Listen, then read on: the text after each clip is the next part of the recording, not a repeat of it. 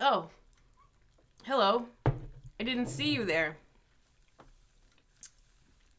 Okay, yeah, I saw you. Hi, guys. Ah, I'm excited that you're here, that you're hanging out with me. This is like one of my very favorite plays, and I'm feeling the pressure to like get it right on this particular one. Last week, I didn't even finish drawing on stream. Like I just I like cut sling load and just left stream. Okay, so I didn't just like cut sling load. My spouse called. He'd been out of town for the week, so I took his call and I ended the stream. And then he said to me, "Why didn't you just like film the empty chair?" Because that's like a thing that streamers do. They'll show the empty chair. And I didn't do that. But also, my phone is my webcam. So it probably wouldn't worked out too well. If anyone wants to buy me a nice webcam, I am amenable to that. But for now, I'm using my phone. So I can't take a call and be on camera at the same time. Anyway, I finished it off last night or 2 days ago. And here is my thoughts on Henry VI, Part 1. AKA Icarus flying too close to the sun. So here is Henry VI, Part 1. I think the next history that I do will be Henry VI, Part 2. And there are, I think, 3 Henry VI's. What a slog. What a slog. You Wheel of Time people know what I'm talking about, right? A slog. A fucking slog. Anyway. Today, so I think I did this on purpose. I think I did it this way on purpose because I knew Henry VI Part 1 was going to be like, not as interesting. And so I stuffed it with the next 3 before Henry VI Part 2 are really fucking cool. As You Like It, one of the best plays. Two Noble Kinsmen, the best play that no one's ever seen or heard of. And then Antony and Cleopatra, and then Henry VI Part 2. And then Comedy, which is okay, and Measure, which is great, and Coriolanus, which is okay, and Henry VI Part 3. So while we get through the Henry VI trilogy, there is too a slog and what. Get out of town. It's books 1 through 14. That's the slog in the Wheel of Time. And praise be to anyone that can get through 14 books. Anyway, As You Like It, brilliant play. And I will be completely honest, I did not do any reading for this one because I was in it back in 2017, and this is my own art, by the way. Thank you. Brilliant. That was actually what we used for the poster for the play as well, which is great. So I'm going to try really hard not to just recreate this, but this is one of the drawings that I'm most proud of in my life, and it was just a doodle in rehearsal. Anyway, I didn't reread it or watch it because I'm pretty familiar with it already, and TBH, didn't really have time. With the new show that I'm in, I just didn't have... I didn't have the effort left. But I did go on a run today, so didn't have the effort to read a play or to watch a play, but I did find the will to live enough to go for an alphabet run around the block. Anyway, I am I played Jakes in this show, he's like the the original emo kid. And like, why? Okay, so the play goes kind of like this. Some people get sent off into the woods. They get exiled out there. And there's like a whole court out in the woods that that's what they do. They just live in the woods together.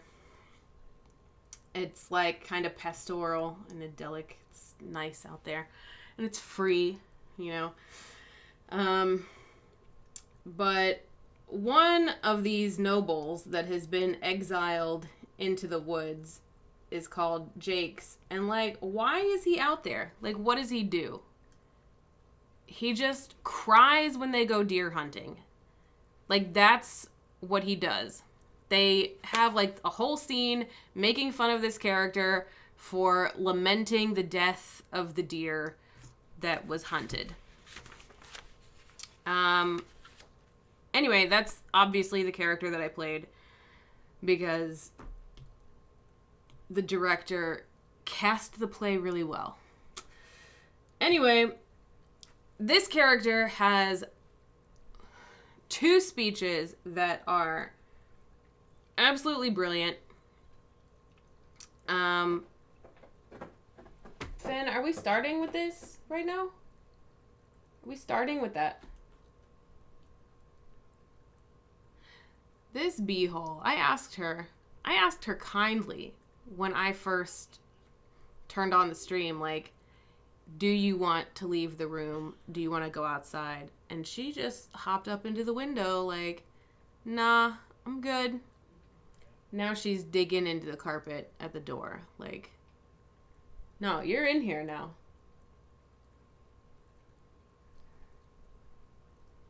I'm gonna beehole. Anyway, 2 of the scenes, or 2 of the speeches that, like... Okay, to be honest, there's one speech that I'm going to draw, but there is, as I was flipping through my old script, I found a second speech that I just really love.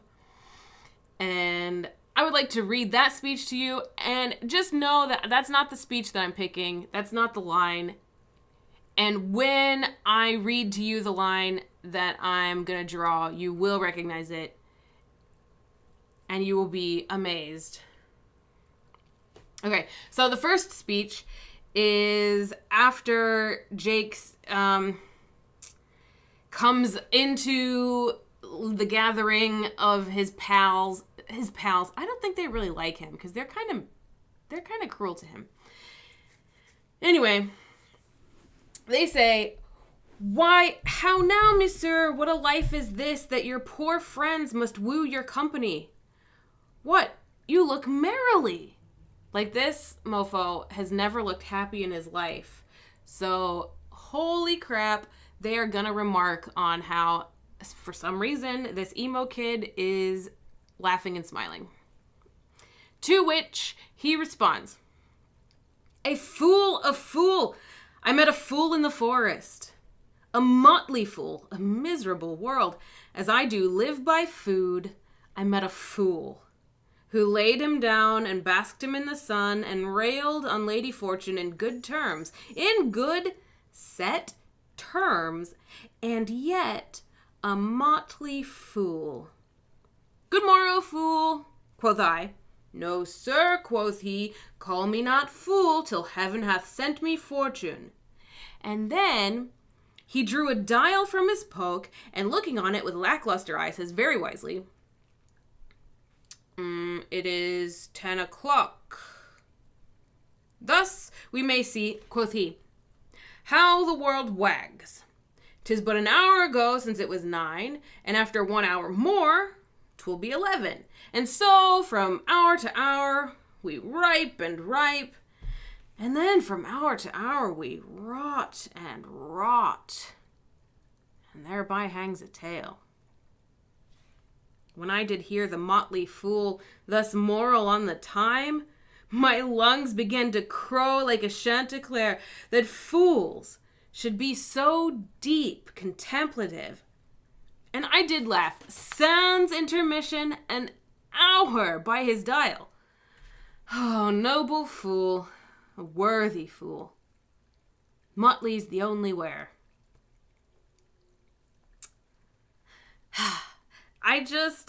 And then he meets this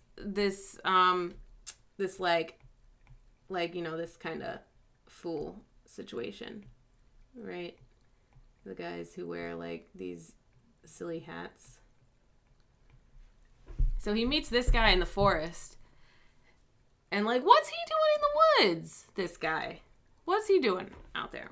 Anyway, he meets this guy and he's like making dick jokes, as one does in Shakespeare.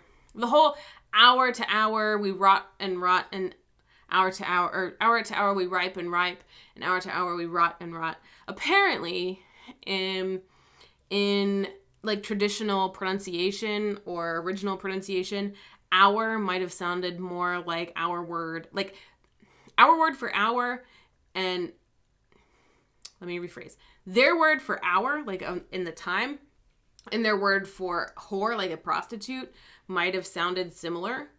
So we're kind of making the joke that like, as we go, we get riper and riper, and then as it goes on more, we get sadder and sadder, and thereby hangs a tale. The word hangs used just, flagrantly.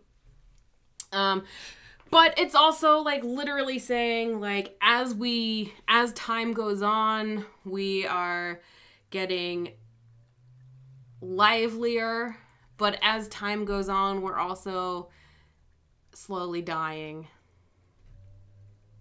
So anyway, he goes on after that to say, he says, to a response to what fool is this? He says, "O worthy fool, one that hath been a courtier, and says, if ladies be but young and fair, they have the gift to know it, and in his brain he hath strange places crammed with observation, which he vents in mangled forms." That's fine. The next line is where it gets like really, really cool. IMO. He says, "Oh, that I were a fool. I am ambitious for a motley coat." So he's met this guy in the woods, and like, he's like, man, that guy's really cool. I would like to be, I want his job. He just gets to like complain all the time about how living kind of sucks. That's what I like. I want to get paid to do that. He says, "I am ambitious for a motley coat," to which his buddy says, "Thou shalt have one." And he says, "It is my only suit, provided that you weed your better judgments of all opinion that grows in them that I am wise." He just meets this guy in the woods and realizes like, oh, I should pursue a life change. I should get a new career. Because what this guy has is pretty cool. Anyway, this looks like a Lego man, and I'd probably get sued if this was my drawing, so I'm not gonna keep that. Anyway, that's the like second thing that I saw in this just now, that I was like, oh, that would be something really cool to draw. How like as time goes on, we're growing and that's awesome, but we're also dying and that's less awesome. But Jakes has another speech in this play that is even better, if you can believe it. And when I read it, you will recognize it, probably. And funnily enough, it's the same theme. And I think that is the theme that I'm going to draw, is that, like, world turns, and we all die. But there's more. There's more before death. Okay, here we go. Anyway. All the world's a stage. And all the men and women merely players. They have their exits and their entrances, and one man in his time plays many parts. His acts being 7 ages. At first, the infant, mewling and puking in the nurse's arms. And then the whining schoolboy with his satchel and shining morning face, creeping like snail unwillingly to school. And then the lover, sighing like furnace, a woeful ballad made to his mistress' eyebrow. Then a soldier, full of strange oaths, and bearded like the pard, jealous in honor, sudden and quick in quarrel, seeking the bubble reputation even in the cannon's mouth.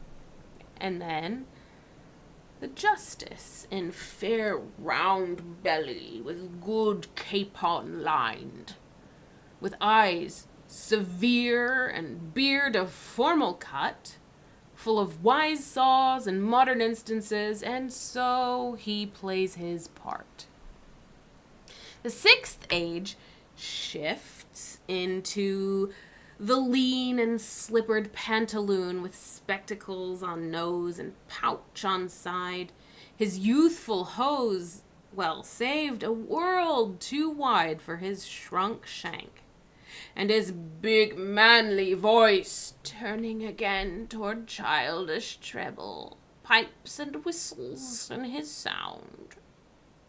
Last scene of all that ends this strange, eventful history is second childishness and mere oblivion. Sans teeth, sans eyes, sans taste, sans everything. So that's probably a familiar speech. And that's the one that I want to draw tonight. If I can encapsulate all of the human experience into one drawing, that's what I'm attempting to do right now.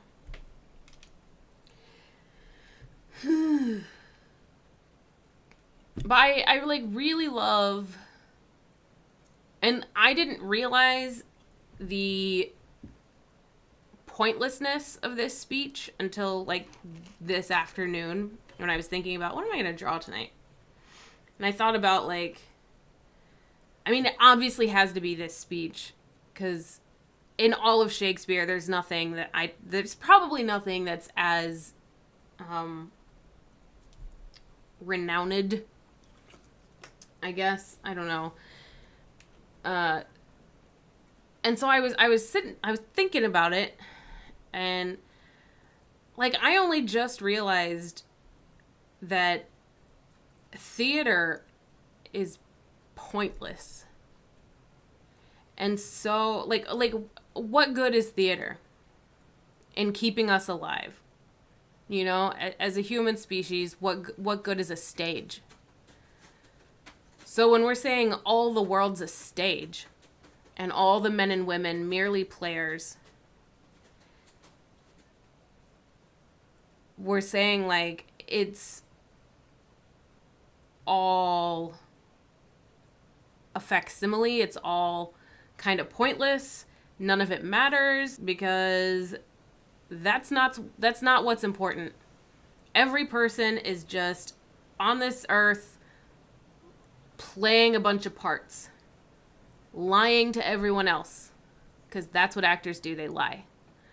So this whole speech, while I thought I understood it, it took me till 35 to, I think, really even start to understand what's actually going on in human existence to like really be able to put this speech into, to really grok it, you know? Like, I understood it when I was doing it as a performance. Like, I understood that, like, oh, you know, everything's a performance. But I was so inside myself when I was thinking that everything's a performance, you know? I wasn't looking at the grander scheme. And so now I just today I started looking at this speech with a whole different, like, whole different idea. That it's really an internal speech, but it's also really an external truth as well, that like none of this matters. All these things that Jakes is listing, or Jaques, some people will say Jaques, but I hate that. I think if he was around, he would say like, it's Jacques, and he would do this false French accent. Anyway, all of these things that he's listing are just like pointless aspects of life, like going to school,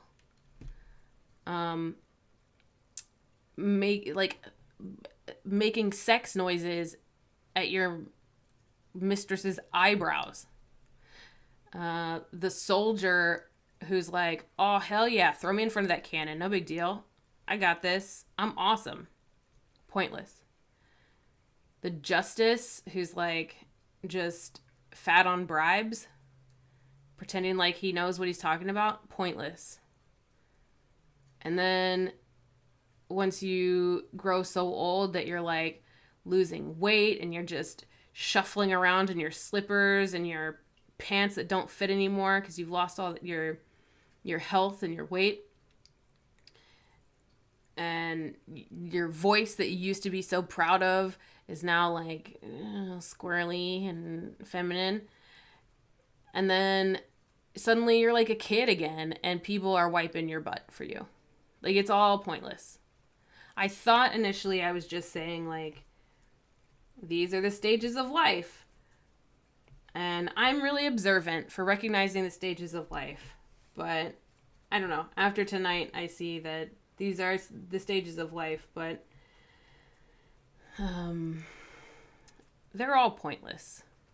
And nothing is real because all the world's a stage. Everyone's just playing a part.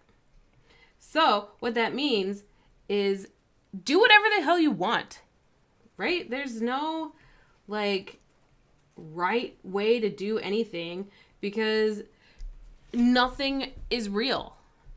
It's all theater. So make shit up, improv, whatever. Anyway, I don't really know how to actually draw this. So I was thinking like the obvious thing is like world tree, or not world tree. What do you call it when there's like tree of life, I guess. That's what I was initially thinking. So it could be like tree with like nice leaves and then like some like flowers or like some fruit or some shit, and then like all the leaves down here suddenly. But is that too easy? Is it too easy? No. Obvious? Yes. I just had a thought. It could be interesting to actually draw a stage. I'm going to do my drawing guide, and I'm going to do symmetrical because it's my fave. But like, what if it's a stage? And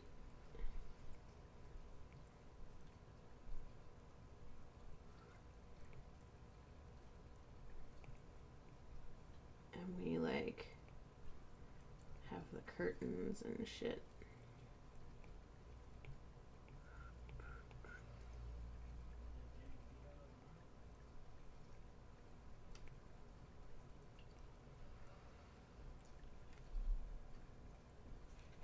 Do we need more curtain? Do we need... No. And then, I don't know.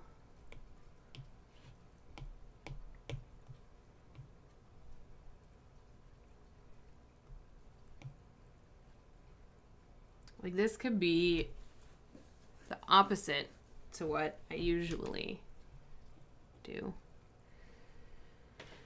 So actually, if we just start out all black, pop that on top, and then we do like white highlights. I don't know. And also, what's my color for this? What is this? Purple. Obviously, I have to do purple. Ugh.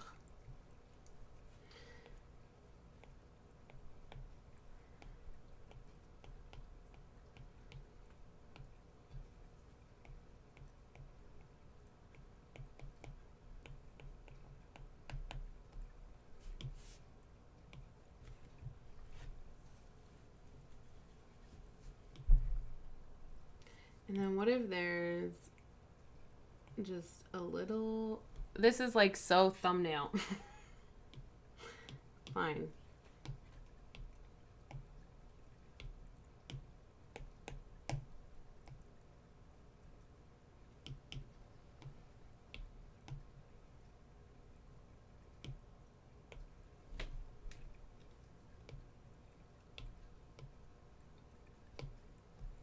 All right.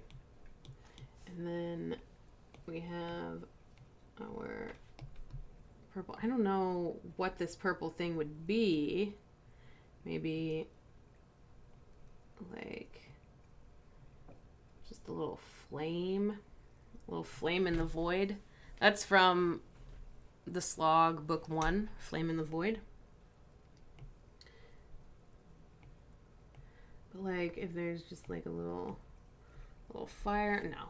A little fire, that's stupid. That's stupid. What it needs to be, actually, is a candle.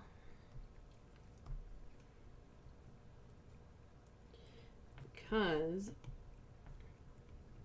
it's kind of, you know, if it's like severely melting,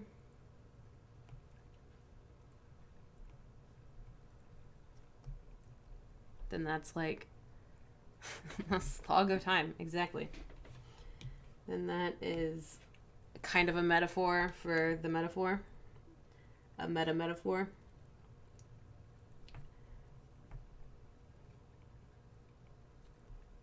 Right, and then we have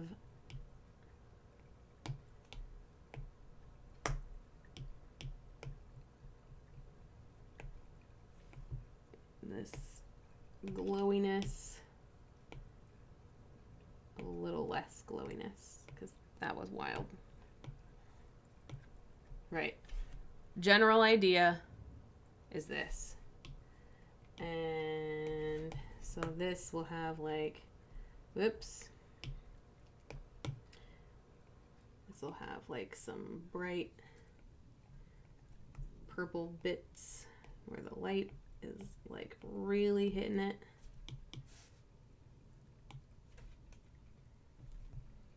This is the idea. Whew. This is gonna be awfully fun. Because this is just a lot of shading out these curtains. But it is what it is. I also think I need like longer curtains. And I'm gonna dump this for now. I'm gonna dump all of this background stuff for now and just focus on the shading outside of the background or independent of the background. All right. Starting with black. And I think I'll also use the soft pastel. Just so that I don't make myself miserable.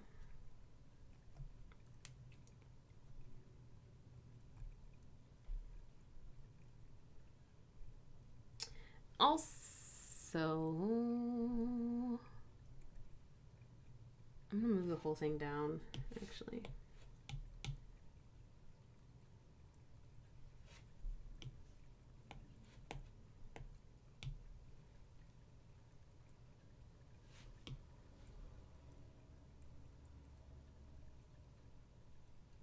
Yeah, I'm okay with that, I think. Am I okay with that? Who cares? Who cares? It doesn't matter. Right. Back to business. Curtains. It's too big. You know, I'm gonna just do it. I'm gonna use the pencil.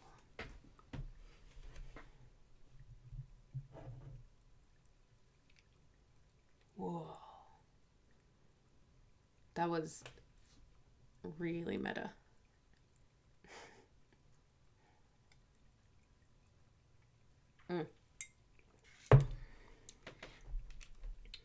It took me a minute to realize the acronym was being meta. Also, use your freaking tools. Drawing assist, which is going to mean I only have to draw one side and shade one side at a time. Brilliant.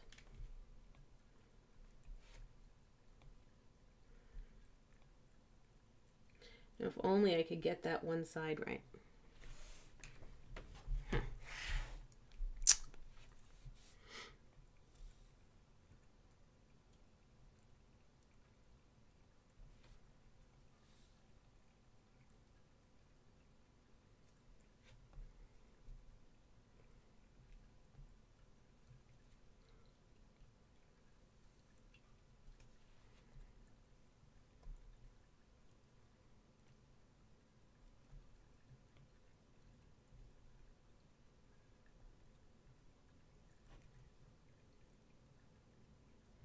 I don't like that top piece. I'm going to come back to the top pieces. I think I'm going to do just like this part for now.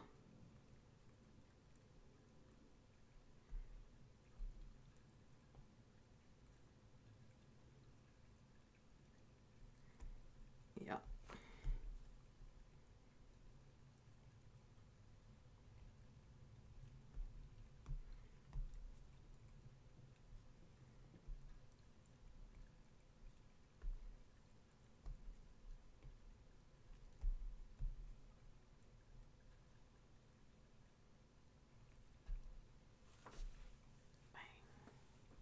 Does it need more?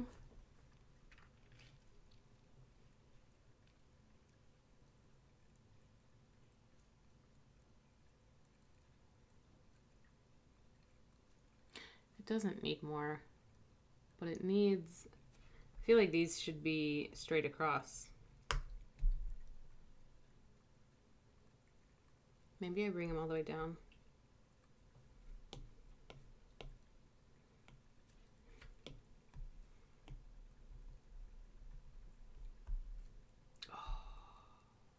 No, they obviously fade into the darkness. Oh my god. Stoops.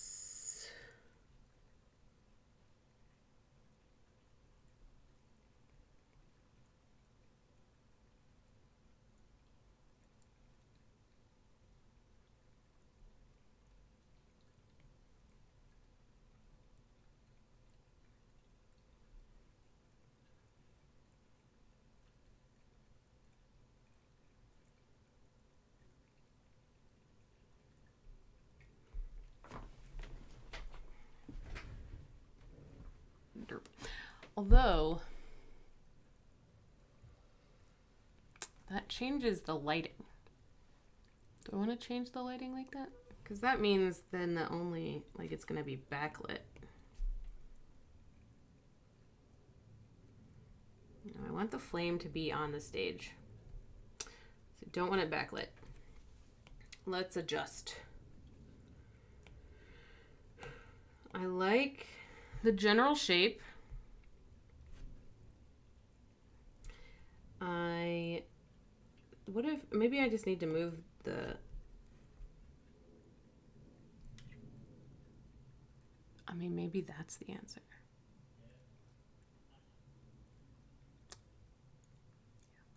think that's probably the answer. However, I'm going to embiggen it.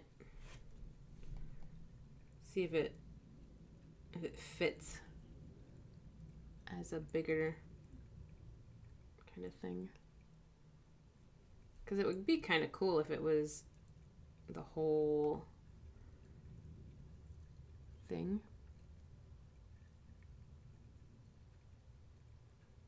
But I like it smaller, actually. I like the insignificance of it when it's tiny. Right. We're keeping it tiny for the insignificance. And we're going to change this to be like opposite. This background is going to be more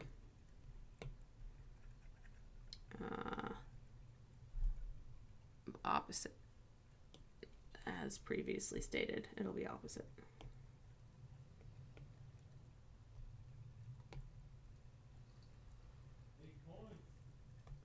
Like so. Bam.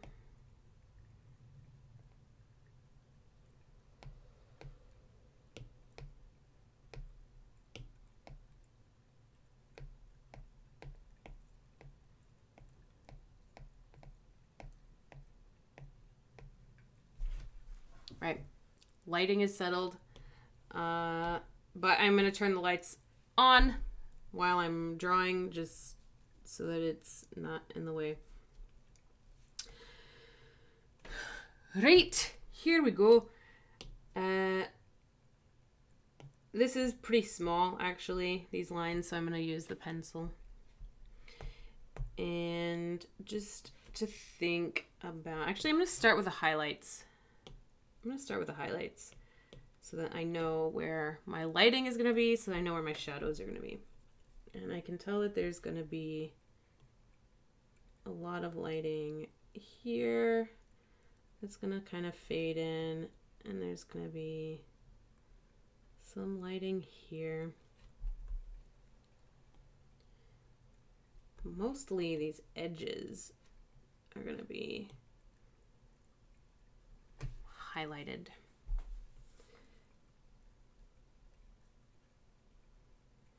I don't know. I feel like this is the way you're supposed to draw. I feel like you're supposed to draw your lights first.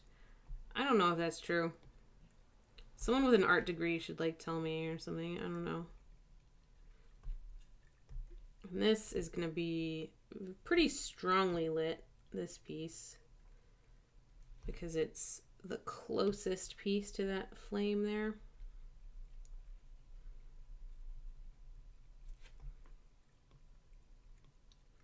There's going to be a little bit. And like, I'm just using my imagination here. I don't...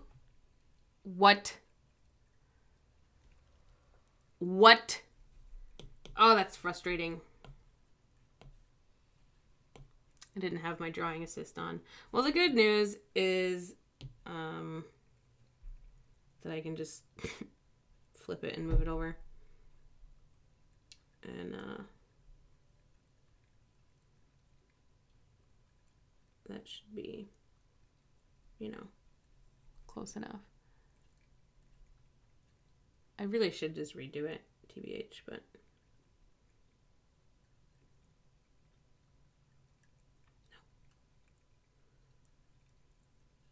I need to move it up like 1 pixel. Stop snapping.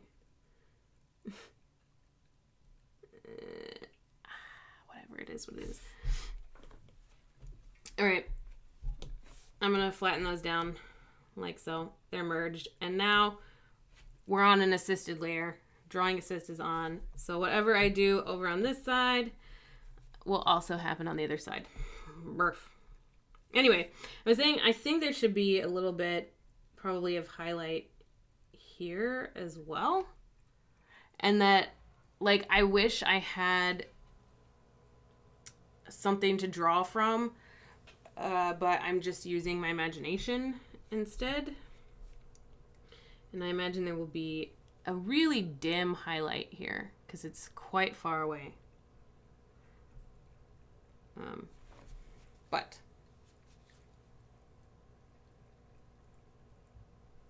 right, I'm gonna smudge them out. A smaller brush, please.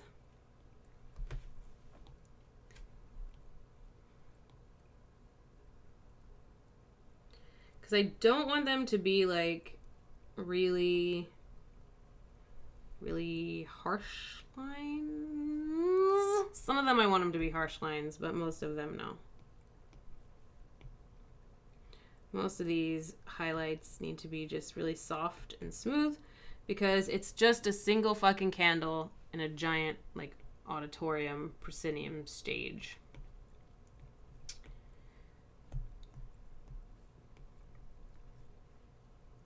I'm probably like this one is probably going to be way too bright and I'm going to have to erase some of this one and lessen it.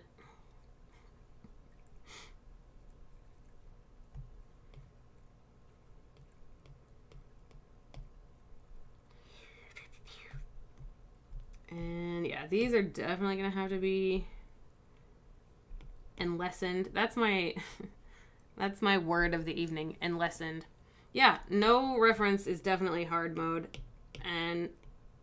But it's like the whole speech is like talking about doing shit in hard mode. Like it doesn't matter. It really doesn't matter. Right. Those are the highlights, the white highlights. I'm going to add purple highlights after I do the black and white. But now it's time for shadows. So I'm just going to do the deepest shadows, which are going to be like... No. First, I'm going to make sure that I'm using an assisted layer, so I only have to do one side. Anyway, the deepest shadows are gonna be up here for sure. You know, I don't have to do this on like impossible mode. Like I could look up a picture of like and maybe I will. What do you call this thing? Theater curtains?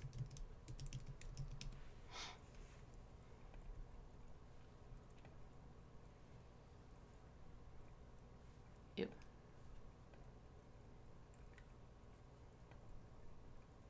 Bam.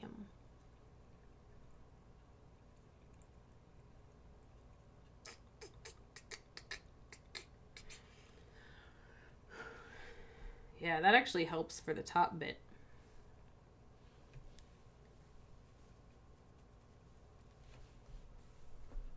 Okay. So this piece will be very dark.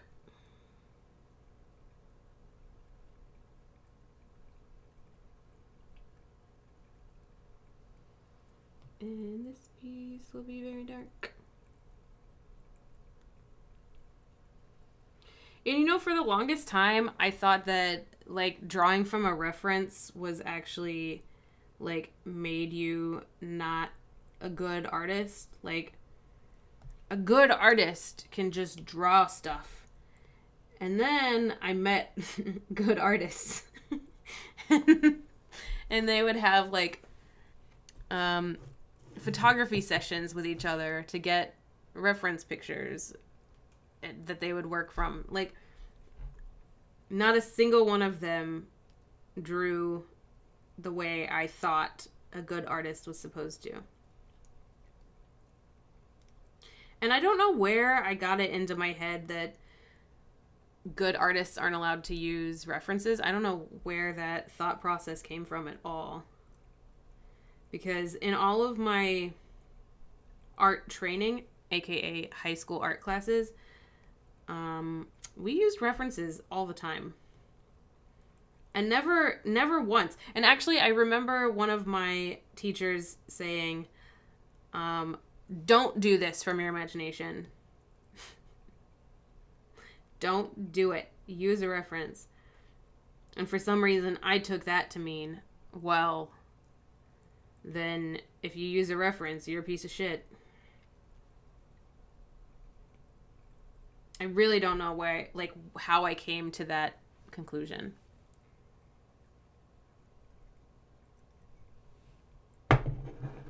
Right, it's mental tracing. And even actual tracing is a thing that highly skilled professional artists do. Like, since Da Vinci. Like, as long as artists have been making art, they've been tracing.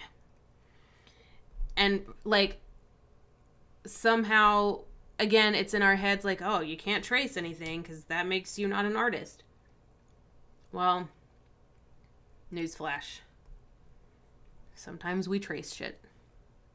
Like hands, I just, like, if you've watched any of my other streams, when I'm trying to, like, do hands on live stream, and I'm just like, oh, this is awful. That's because a lot of times I trace my hands. I will take a picture of my hand doing the actual thing, and then I'll trace it. Because usually it's sign language. Like, who wants to draw sign language from their imagination? No, just take a pic and trace it. Like, who cares? Who cares? It literally doesn't matter. Do whatever you want. That's the whole point of this entire speech. Nothing matters, so just have fucking fun while you're alive. Thanks, Shakespeare. You're a genius.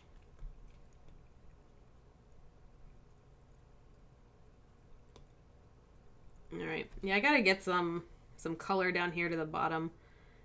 It's like really sparse down here. Actually, I wonder if I should do purple curtains. Is that crazy? The purple curtain might be crazy. That's probably not a great idea. Hands are the absolute devil. They really could. I wonder if anyone's done that. I'm sure somebody has done, like, just spent their entire life just drawing hands. Like, it has to be. Somebody's done this. And I bet they still think that they're shit at them. They spent their whole life, they're on their deathbed, they're like a renowned artist, venerated even, and they're on their deathbed, and someone asks, what's your biggest regret? And they go, I wish I could fucking draw hands, man. And that's what they've spent their whole life doing. Like, no doubt. No doubt it's a real thing. Alright, that don't look so bad. A little flat. Could definitely use some more definition. And I think I will add that. Yeah, definitely needs some more definition. But it's looking okay. Right? Like, what other angles? Like, have you drawn this angle? Like, right between your... How would you even draw that? Oh my god, there's like 3 hands there. Wait a second. Yes, we are... Elizabeth, we are drawing the All the World's a Stage speech, and how everything in life, your entire existence is kind of pointless because everyone's just playing a part on this planet and nothing really matters. So do whatever the hell you want. It's like positive nihilism. I'm sure that's a thing that, like, already exists, right? Like, I was saying at the start of the stream that I never understood this speech until I was sitting on the toilet today thinking about what am I going to draw? Because that's where I do my best thinking. Probably where most people do their best thinking, to be honest. Toilets and showers. It's the place, the miraculous place of understanding and miracles. And I was just thinking about like how I thought I understood this speech, but then I realized today that it says all the world is a stage. And stages are pointless places. Nothing that happens on a stage is essential for human life to continue. Right? You're not eating, you're not procreating, you're just entertaining on a stage. So it's kind of pointless. And all the people, everyone around you, even you're just an actor on this pointless little piece of entertainment. You're an actor on the blacklist. It's not even well written. But everyone's an actor on the blacklist. So, you know, you might as well just have fun. What do teachers know? What do teachers know? Tell me what teachers know.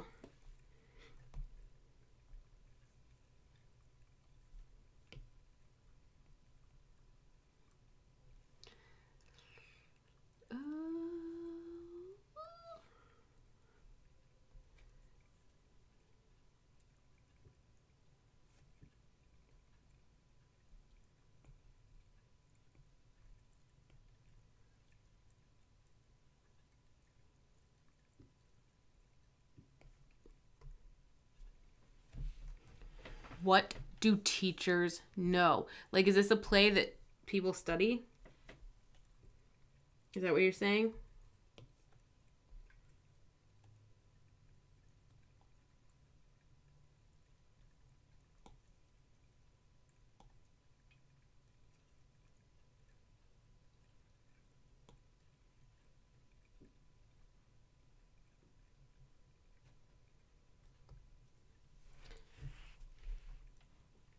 How many licks does it take to get to the center of a Tootsie Pop? I don't know. The owl never got past 3, so I'll never know. That fucking owl ruined it for all of us. All right. Wait. Okay. Whew. I'm gonna smudge out these shatters.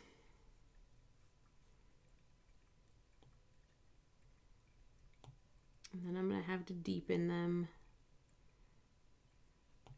Like, when I played 315, you actually did it? Man, respect. I think I always, like, wanted to do it, but then I just could never. I just really wanted to get to that chocolate center immediately.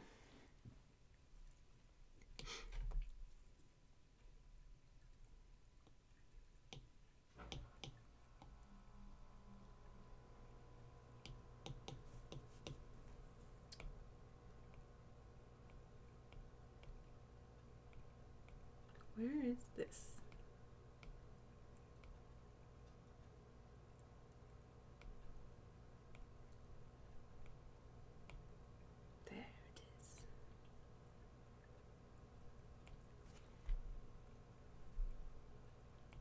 I really should just be drawing on the same layer.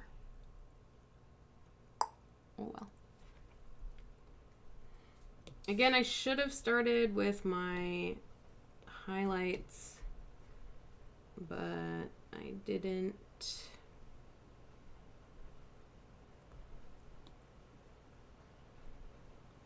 But I don't want like huge highlights up here because I mean, this is my primary light source and it's all the way down here. And so I don't want it to be like too bright up here. So I need to just use the black really well. And really command those grays. I'm gonna get to my chocolate senna, baby.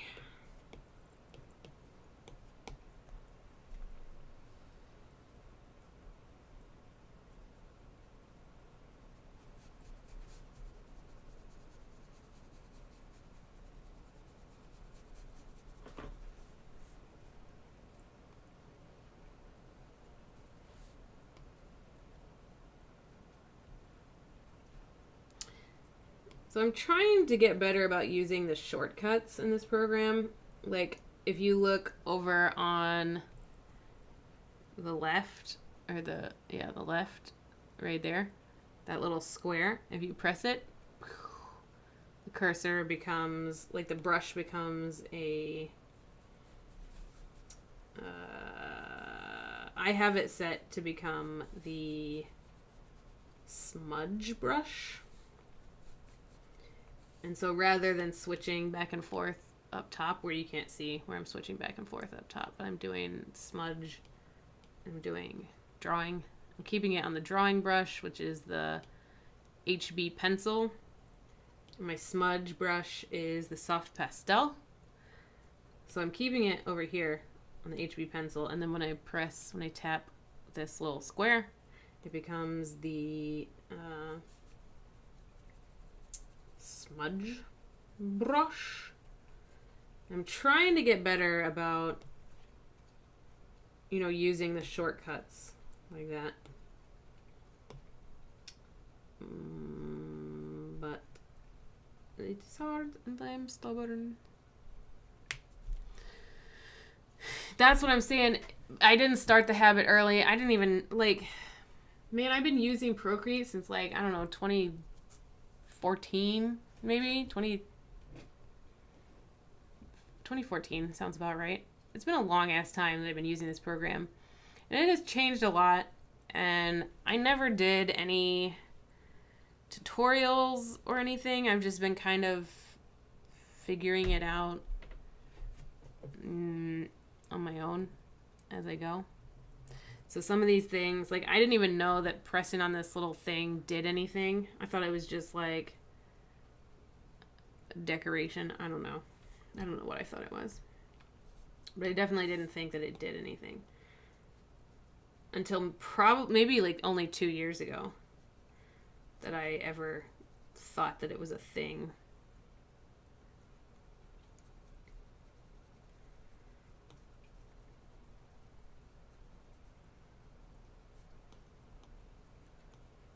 I feel like I need, yeah, definitely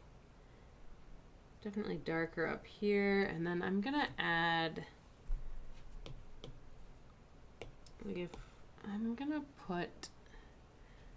probably gonna put something here.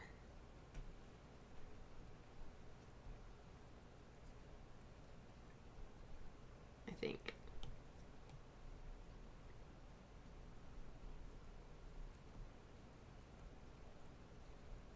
And then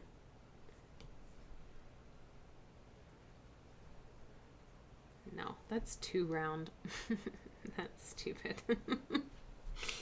I'll go from the corners.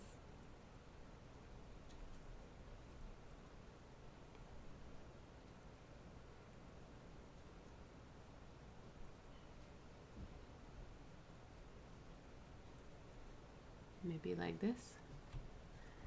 And then maybe like that.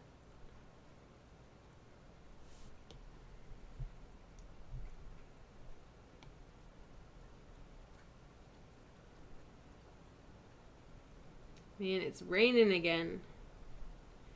I love it. Right? And then maybe on top of this, I even do extra.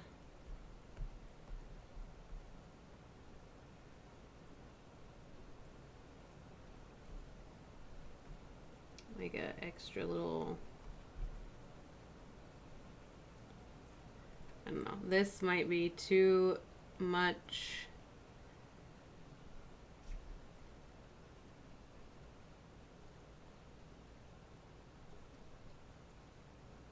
I think that's too much. So here's what I'm going to do. Instead of doing anything on top, I'm going to just have the darkness that we had previously mentioned. Here we go. Yeah, it's just going to come out of the darkness like that. So, yeah.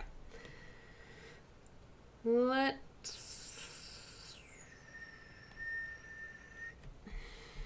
erase these highlights real quick.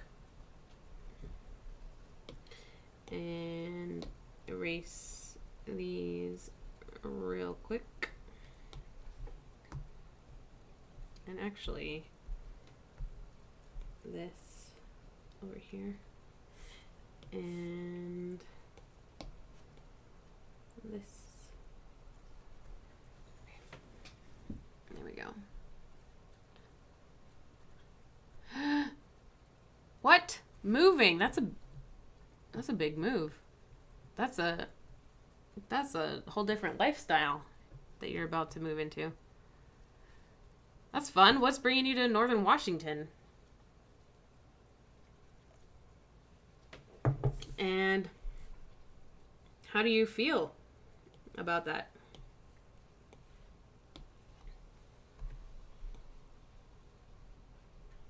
And and yes, I realize how like woefully out of sync I am with my people who I consider friends,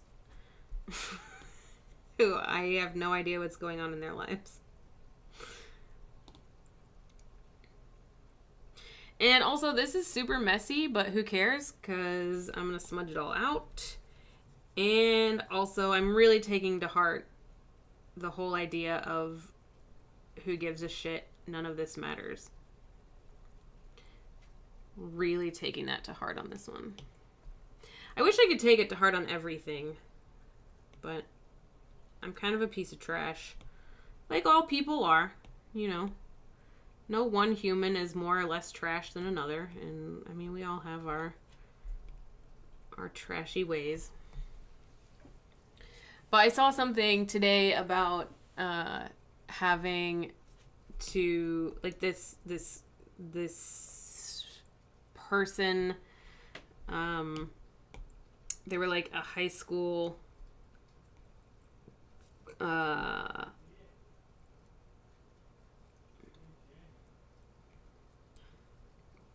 art student,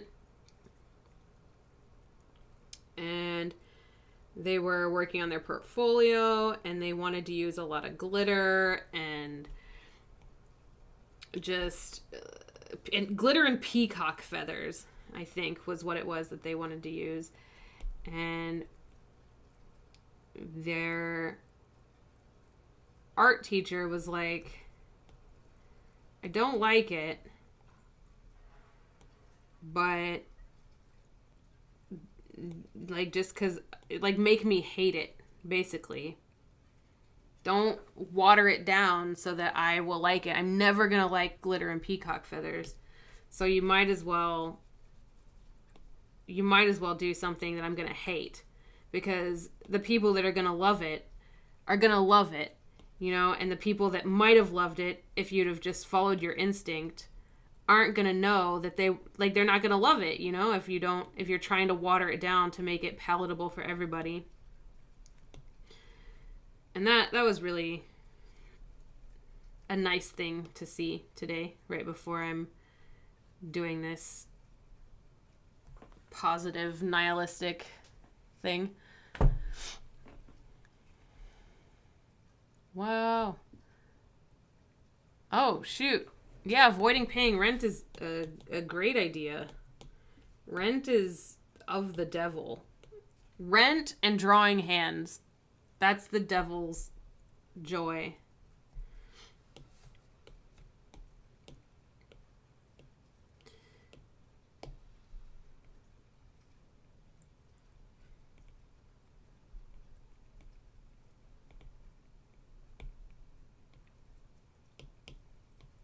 But yeah, I saw that today and was just like, yeah, no, that's so legit. That's why, like, what's his name who does the like Strange Planet thing is so popular. Because, like, is it good art? No, it's absolutely not. But is he trying to do anything other than just tell his little stories the way he tells them? No. Also no. Same with Cyanide and Happiness. That shit's been viral since the beginning of the internet. And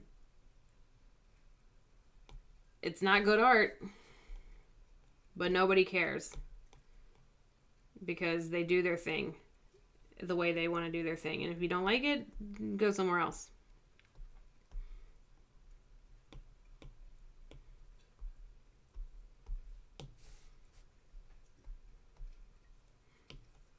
Alright, I gotta deepen these shadows.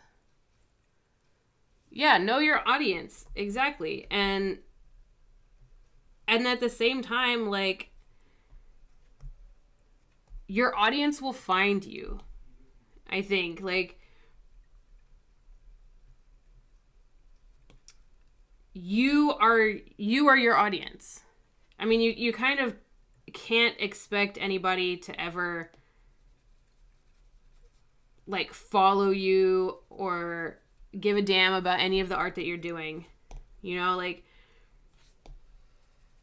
I actually, one of my Facebook friends just the other day said something about, man, I'm trying to build my photography business, but the interactions I'm getting on social media are so bad. I feel like, am I any good? Like, should I even pursue this anymore? And, like, obviously this person is really quite good. But, like, social media is awful. And so now this guy's second guessing himself, like, am I even any good because it's not getting likes on Facebook? And so that even transcends know your audience into you are your own audience. Make stuff that you like. And I know I also struggle with this because I want to make stuff that I like too, but I also want to get paid to do it. I want to sell out. That's my end goal, to sell out. So, like, I know that it's really hard to, like, to just do what you want to do with no regard for your audience. I do. I totally get that. But I also, you know, look at the people who are successful. I've been drawing on the wrong layer this whole time. Whatever. I'll just merge them down. Fuck it. YOLO. Like,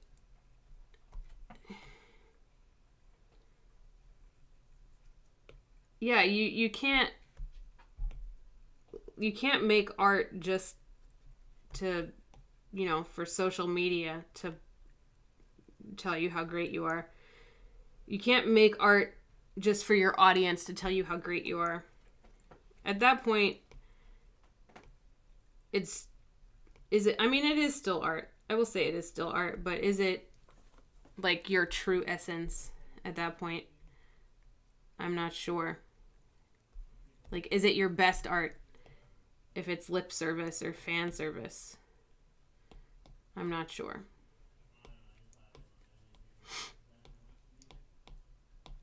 I was wondering why things weren't smudging out the way I thought they were supposed to, because I was on the wrong freaking layer the whole time. Whatever.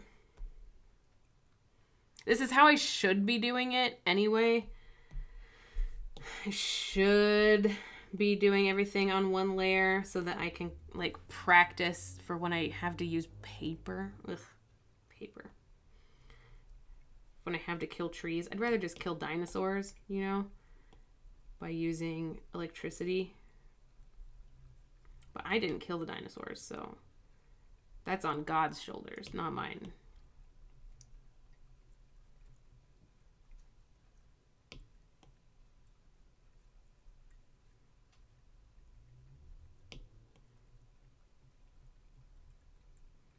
But yeah, definitely social media and photography, or social media and art, are definitely two totally different things. And I tried to like in the last couple years, I've tried to do a mind shift when it comes to, should I even continue doing this? You know, nobody cares. Because, you know, like the stuff that goes viral on the internet, on social media, is like belching the alphabet at a party. You're like just drunk and your friends are there and they're like, I dare you to belch the alphabet, and you do it, and then suddenly you're famous. Versus I spent 27 hours on this sketch and I made you a little animation of me drawing this sketch, and I composed the music that goes behind this animation of the sketch, and I captioned it, and I did some cool lighting effects, and it gets 5 views. And you're just like, why am I putting so much effort into this thing when like it's just the random shit that gets recognized? And I think that kind of solved for me the social media problem. Like, I would love to go viral. I would love to, you know, and then people could like commission me to do stuff and I could just spend more time making art. But social media is not the place for artists to grow. Social media is the place for random people to do random shit and for people to laugh and get little serotonin bursts. And I like to think of like, okay, 7 people liked my painting. If I reframe that to be like 7 people came to my house and said, I really liked that painting that you did, then that would be a totally different story. You know, if they were actually coming to your house, it's totally different. So I've tried to reframe it to be like, so that's not what social media is for. Social media is not for going viral. Social media is for, you know, it's not for artists. It's for everyday people doing everyday stuff for other everyday people to laugh at. And that's fine. There are other ways to grow your art business, and social media is just one tool. And if you go viral and you make your audience, you know, doing that, awesome. If not, there's other ways to go about it. It's not the end game. Social media is not the goal. It's a tool. And then, yeah, it means a lot to those 5 viewers. Those 5 viewers, if they came to my house and said, man, I really liked that, I would be overwhelmed. I'd be, holy shit, leave me alone. I can't have 5 people in my house right now. It's too much. So yeah, I'm trying to reframe it, constantly trying to reframe it to be just a little less, you know, hyper-focused on how you perform on social media is how valid you are as a creator. To the point where, like, we have that whole term creator. It's like a whole job now. And that's all you do is you're just on social media creating. I just now realized I hate the term creator. Content creator. I just realized how much I dislike that. You can be a content creator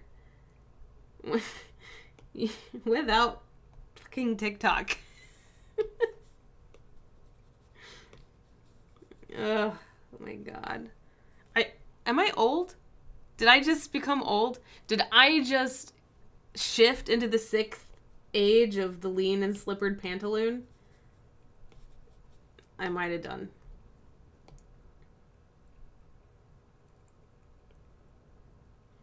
Anyway, I'm adding some more shadows. And ultimately, these shadows are going to be like even more shadowy.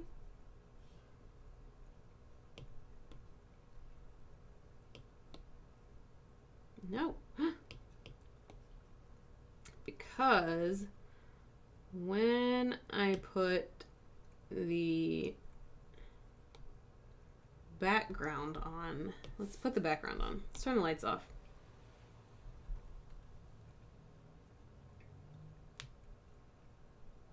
I did. And now I think, do I have it in my Facebook bio? What even is a Facebook bio anymore? Okay, yeah, definitely old. I don't even know what a Facebook bio is anymore. Because I thought my thing just said, like, lover, yeah, poetic. So this is what I thought my bio was. Poetic blasphemer, singular they, if you know me, thee/thou. Oh, my profile is a digital creator. I think that's just an option that you can pick. Like, are you just a normal person or are you a creator of digital things? I don't know. Is that what you mean? I don't know what you mean. But yes, now I hate it. As of 5 seconds ago, I hate the term content creator. Because I hate the term. I hate that everything is all about content. I actually saw a what do you call it? What did I see today? I saw a headline about how Gen X and elder millennials. What are we? In our 90s? Elder millennials. Is it because we're wise? It's not that. We're all drowning in debt. We're definitely not wise. But like how Gen X and elder millennials wish they could go to a time before the internet. Yep. We've come back around from like, oh, the internet's cool. I can chat with my friends on AOL Instant Messenger. To, this is really helping me get jobs. This is kind of useful. Oh, I love Google and Wikipedia. And now we're just over all of it and we all want to go just be subsistence farmers.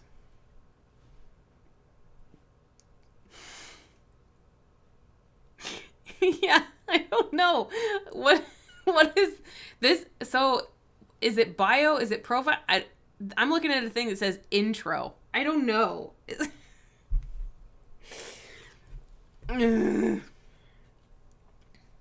Right, it does. It commoditizes creativity and puts your entire self-worth on how many people an algorithm points to your stuff. How many people the computer says should like you. I'm not into it. I'm just not into it. Oh God, the geriatric millennial. You know, I guess I missed the Oregon Trail by maybe 1 or 2 grades. A lot of people my age, maybe because I went to a school that was like mostly farmers. It was a really underfunded and undersupported school. So, I mean, we had like a typing class, but we didn't really have like structured computer game time. So I don't know if I missed the generation for the Oregon Trail or if we were just too poor for it. I'll never know. I guess I could Google it, but I really don't care. Because nothing matters. Millennials, Gen X, boomers, it doesn't matter. We're all just living on this planet. Just doing our best. It's ridiculous. Anyway, back to work. Do I want to bring these all the way down? I don't. I really don't. I want them... Yeah. No. I like the idea of a horizon. And I'm just smearing out the actual lines now. Okay, but the horizon... I guess I should draw it, eh? I'm thinking it's gonna be just back here.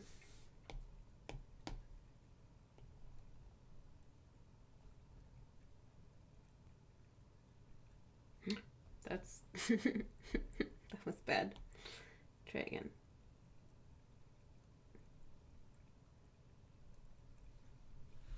That way.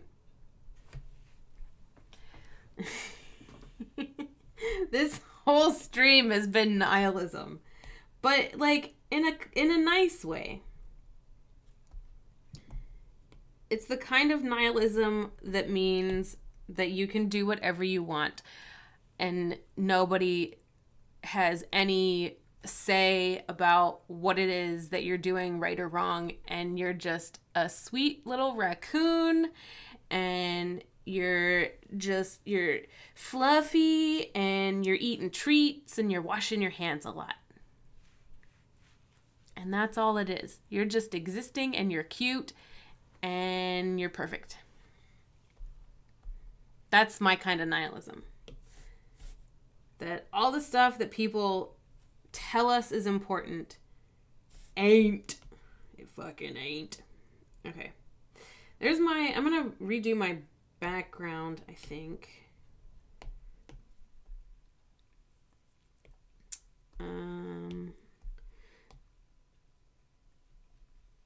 Comme ça. Wow. Wow. I need to pop that underneath there, but that's so very dark. So very dark. I'm gonna just clean up this piece really quick where it's a wall. Oh, wall. That's the wrong play.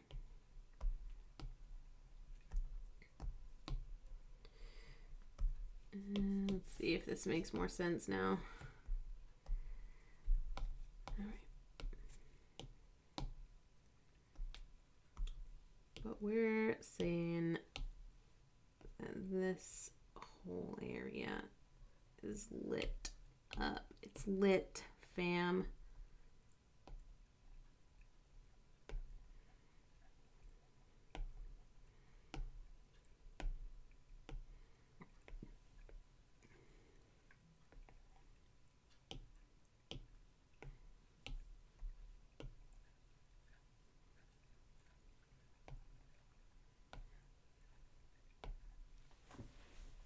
Right? Is that too bright now?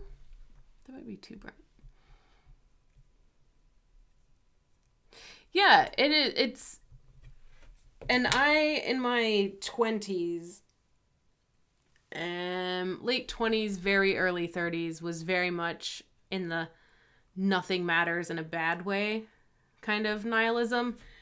And I'm glad I survived those years, because now the mid 30s, nothing matters, and I can do whatever I want is so good. Oh, I can't wait till 40s, because those are going to be wild years for me. Look out, everybody.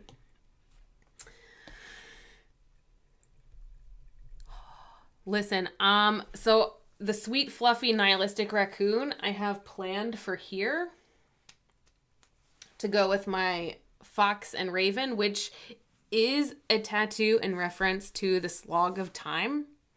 But the raccoon will just be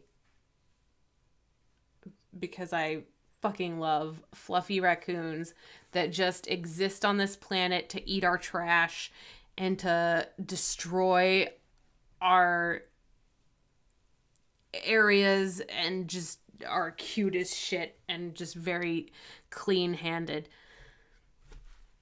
I love them. I strive to be a raccoon. Strive. Anyway, I think this is too bright. I'm going to have to add in some more. Oh. Well, that helped a little. But I think I need to add in just a bit more. Just a bit more.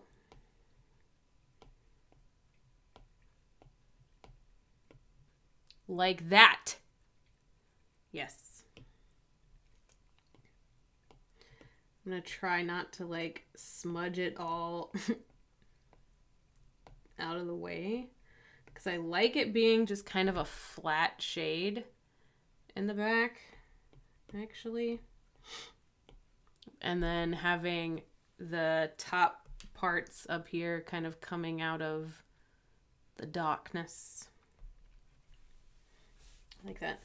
I want to smudge this piece out. These little areas at the bottom, they're kind of ugly. So I know, it's so sad when they try to clean their cotton candy and their sugar cubes. Oh, my sweet babies. Ugh. So dumb and so cute.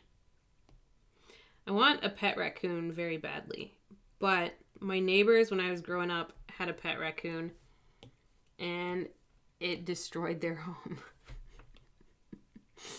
Like, fully destroyed their house. So, I don't think John will let me have one.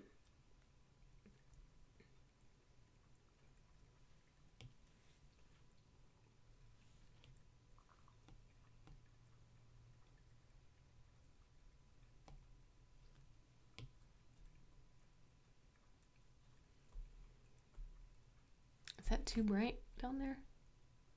Yes. Yes, it is too bright.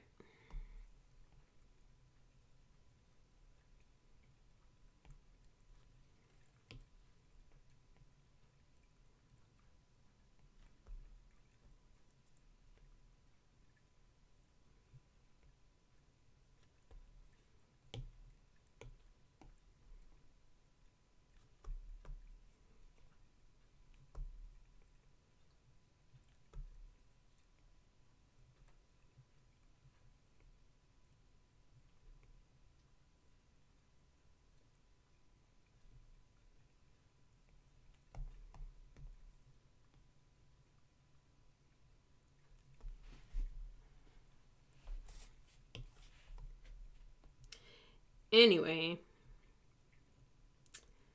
I'm glad I have such good friends that understand the raccoon nihilism and support it.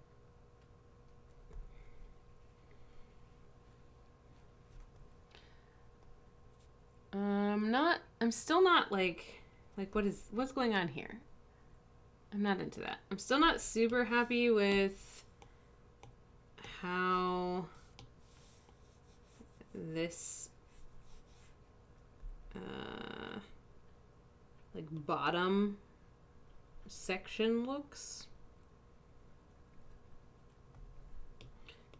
So I just want to make it look a little nicer. Not that it matters.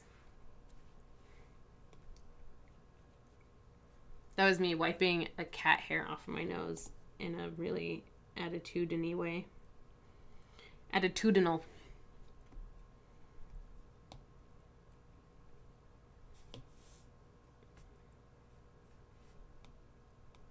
Oh, that's why. You know what? I think it's time we merged those down anyway.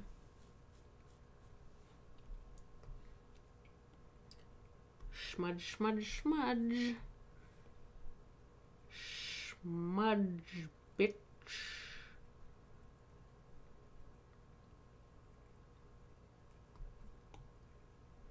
I'm like, why are these lines not smudging? Oh, because it's a different fucking thing. Is why. Different fucking thing. Whoops. Whoops.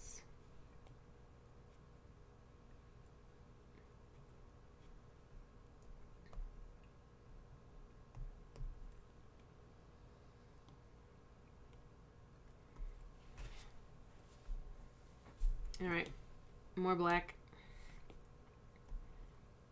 in here. That's too bright.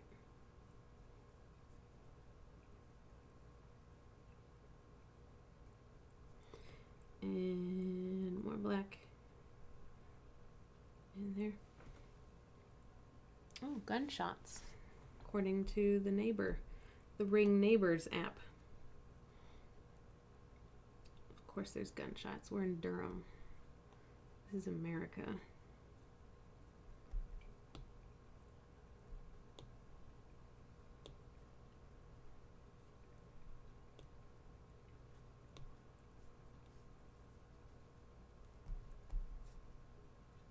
All right.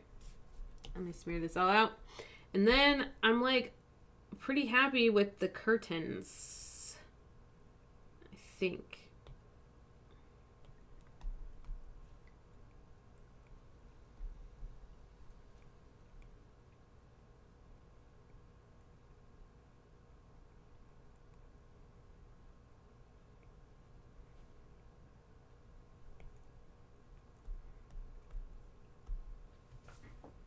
Actually, that one is pretty crooked. So let me fix this guy. What's going on there?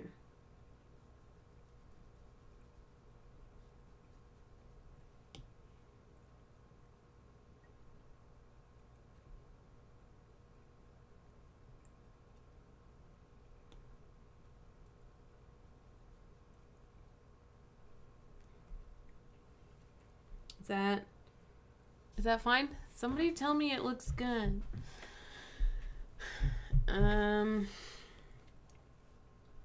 Let's do something with this candle, because that looks stupid. And this one, I can totally find a reference for. And that reference, I'm going to find half melted candle and see what I come up with. Perf.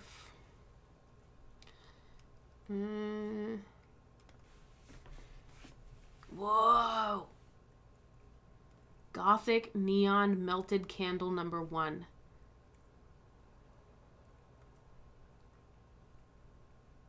Oh my god, I need it. It's a digital download. It's just a picture. I want the real thing. Oh my gosh. Everyone Google half melted candle and see some really cool pics.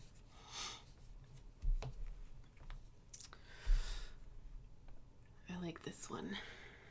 So I'm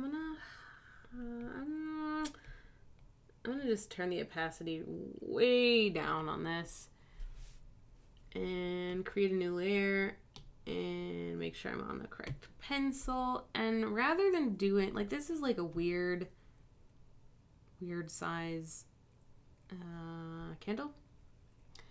I like the idea of doing like a big, like, fat candle.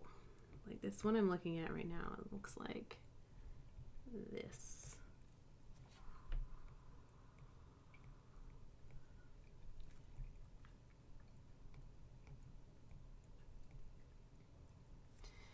It's all melted and messy, and all of this is melty wax just everywhere.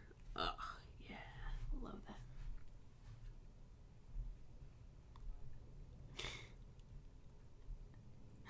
Like JML, but it means you have a cat. What would that be?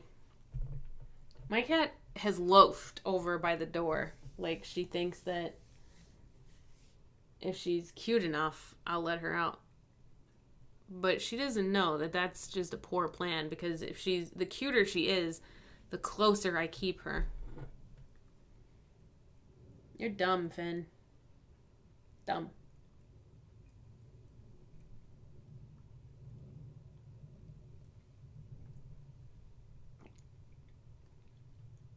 My God, she's cute.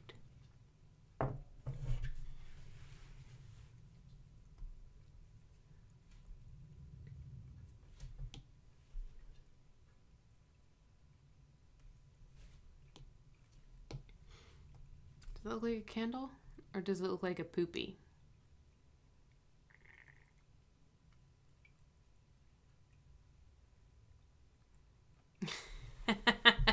Right.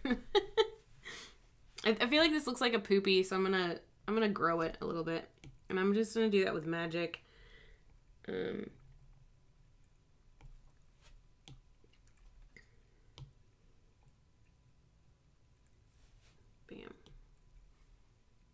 Slightly less like poopy.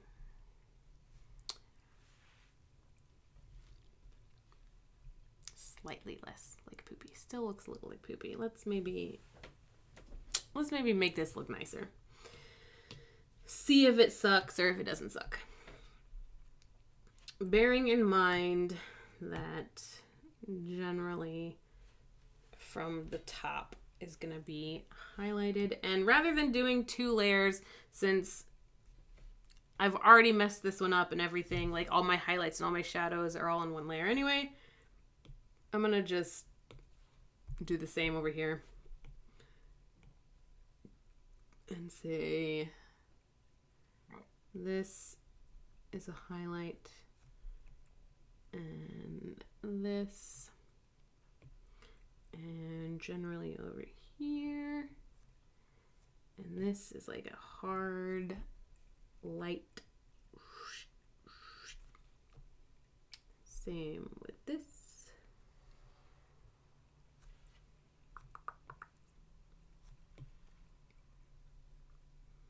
This candle, glowing candle, is actually going to be pretty tough to draw. Actually. Like, to depict glowing. How do I do that?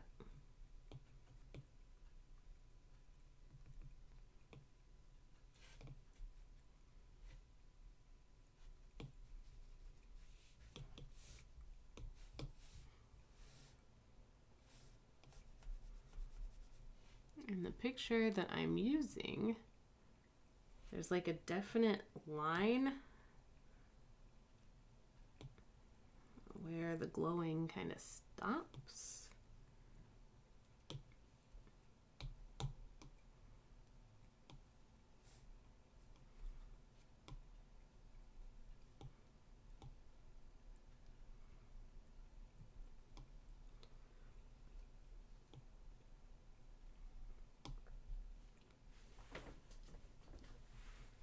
There's a wick. Adding the purple is going to help, I think, make this glow.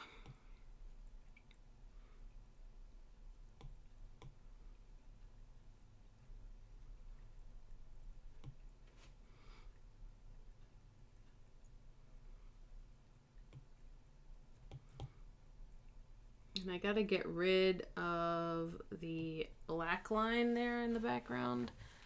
It should be maybe no line, or maybe I expand the darkness a little more.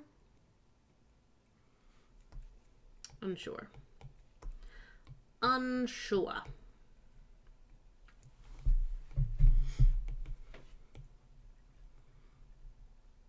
I'm gonna get rid of it though.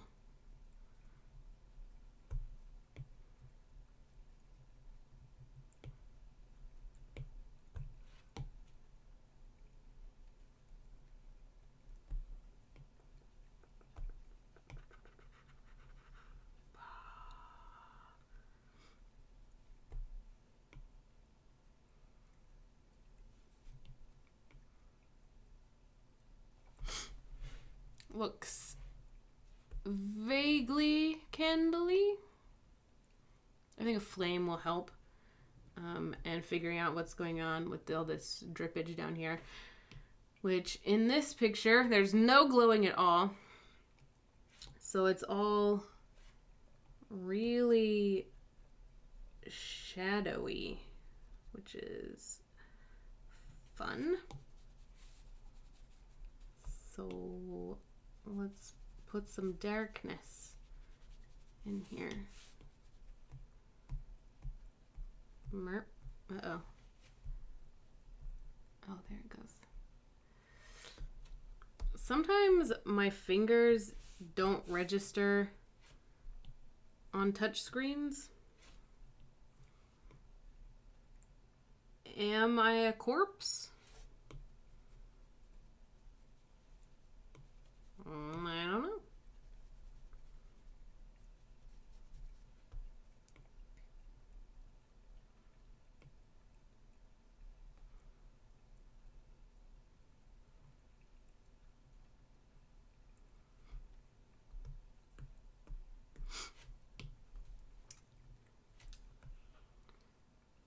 Let's see.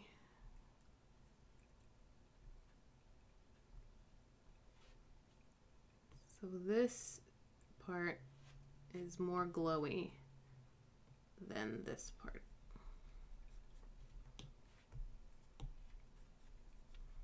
Glowy is the highly technical term.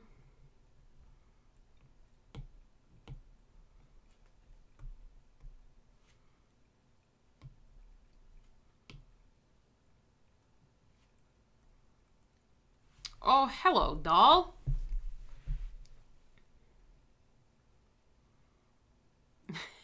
Candle was what told you you didn't know enough about art to teach yourself 3D artistry in the aughts. Really? A candle?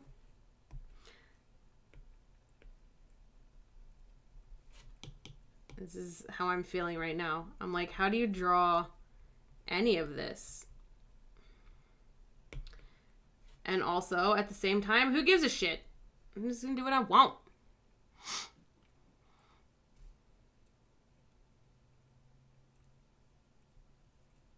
Yeah, so all of that sounds pretty much like what I'm trying to figure out here.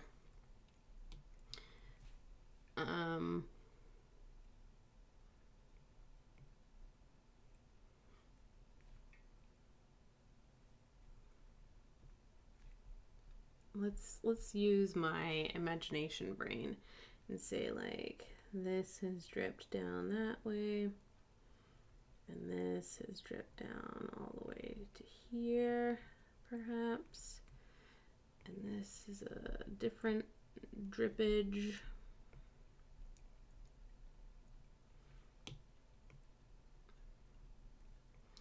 I have no idea what I'm doing. Just trying. So where did these drips go? There's probably maybe a big one here. Maybe, I don't know. Like, because the image that I'm looking at as a reference is fine. but it doesn't really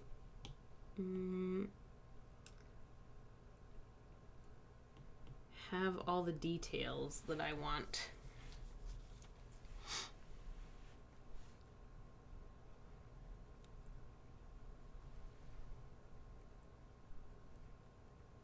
I should combine this with other images of candles. That's what I should do.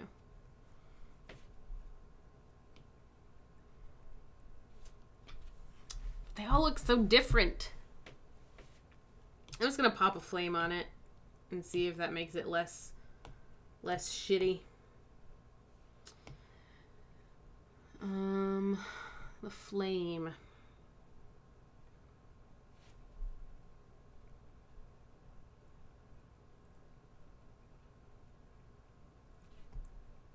There it is. That's the teeniest, tiniest flame.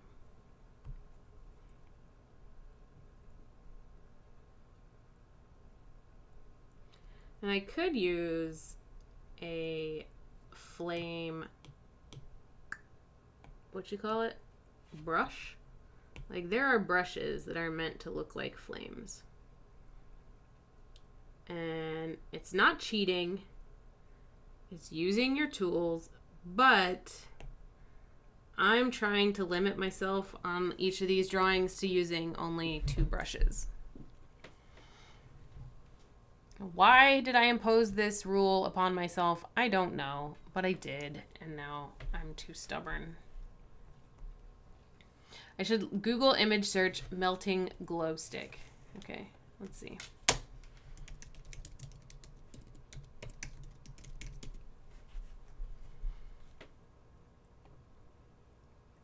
Whoa. What the hell?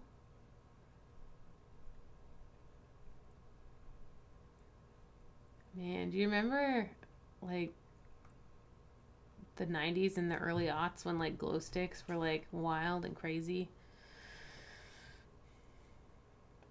Damn.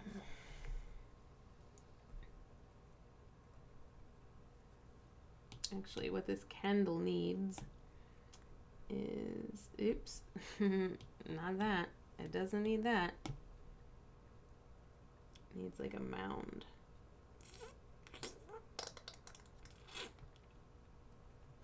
In the front. There's nothing going on in the front. Can't have that.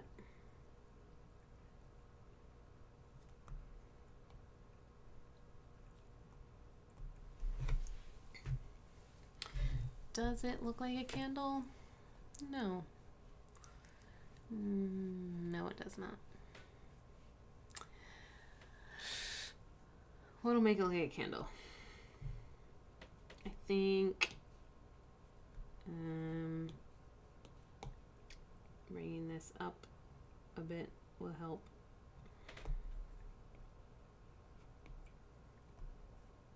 And shaving this off a bit might help.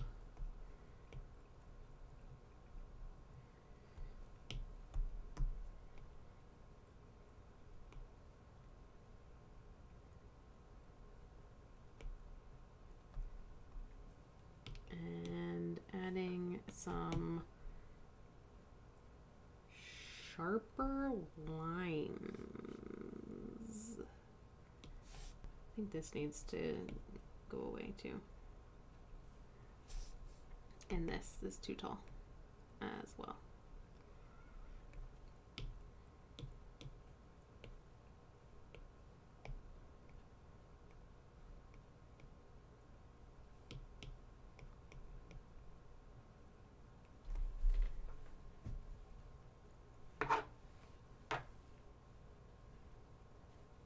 Yeah, I think initially I wanted to only use things that made it look like paper, kind of. But now it's like, just like, if I don't do that, it won't match. Like, if I print the deck as a set, it like won't match anymore. If I change how I'm doing, like what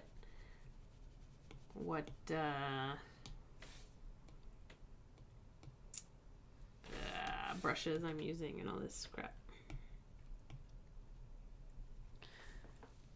But you have a friend who's streaming. Oh my gosh. Well, thanks. I'm pleased to be the most interesting. I would love to know what they're talking about on their MMO streams right now. Probably really cool stuff that is just above my pay grade. And my pay grade is very low because I am unpaid. Yeah, the bit of the pool of wax that would be in the middle. But the image I'm looking at doesn't have that. Like, it's from an angle where you can't see it. So if I move the flame up and maybe elongate the wick, then maybe you could see the wax pool.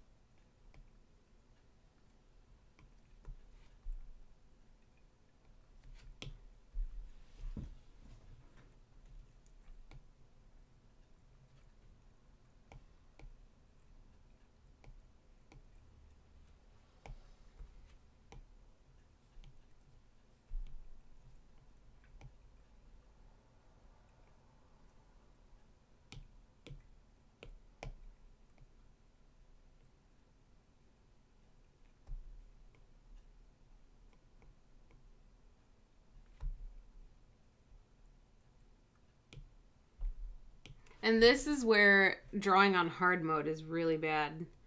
Like, when you don't have a reference, like what could this possibly look like?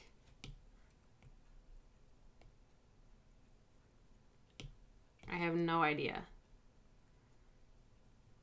I'm just gonna draw and hope the illusion works.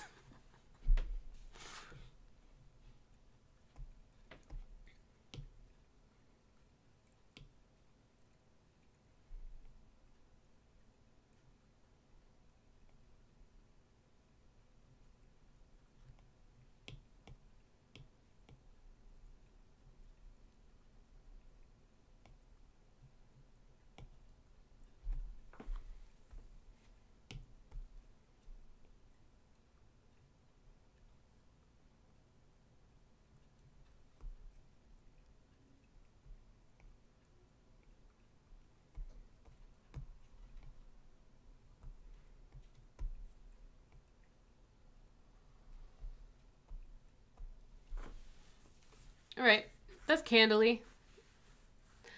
Need some purple. If this is gonna be purple flame here. I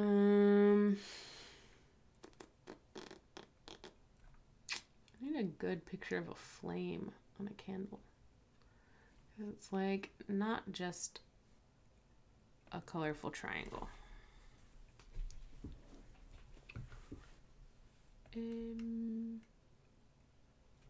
Like down here should be white, maybe.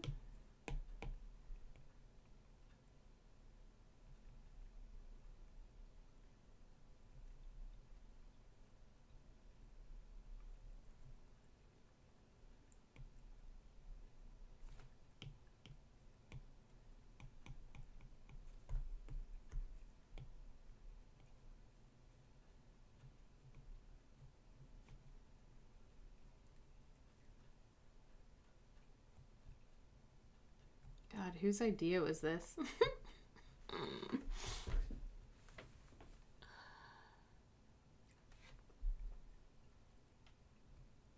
Right? It's the semi-liquid medium that's like, I don't fucking know.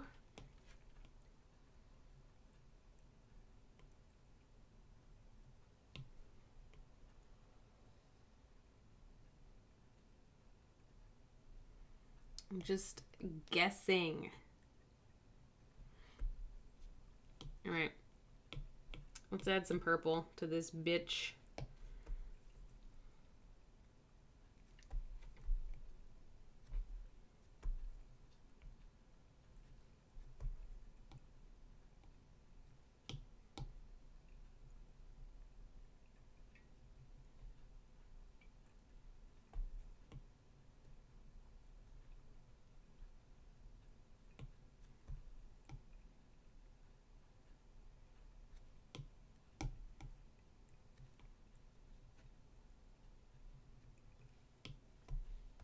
It needs more purple.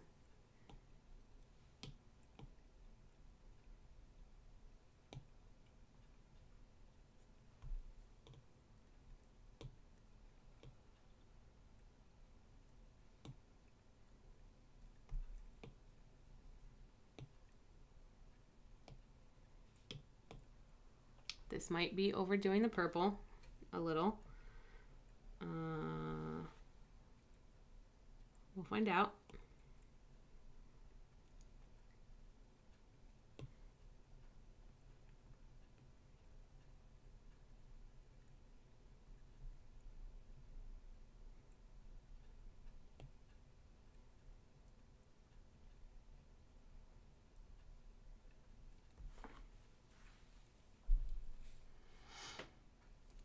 Not super overdone yet, but there's definitely some weirdness going on. Like, this should be a little more purple. And back here should be a little bit more too.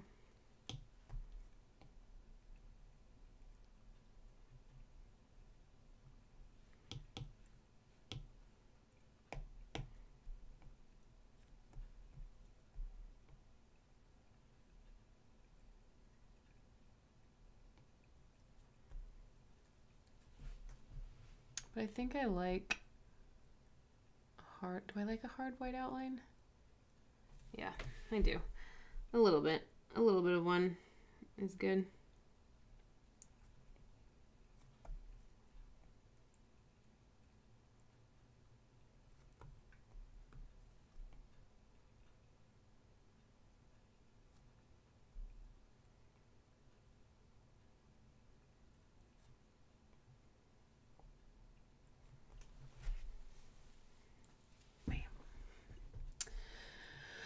More purple.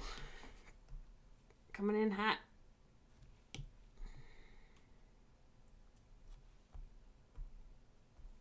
This candle needs to be just like nicened. Anyway, whatever. We'll get to it. Maybe we'll get to it. It's already 10. It's late. It's bedtime.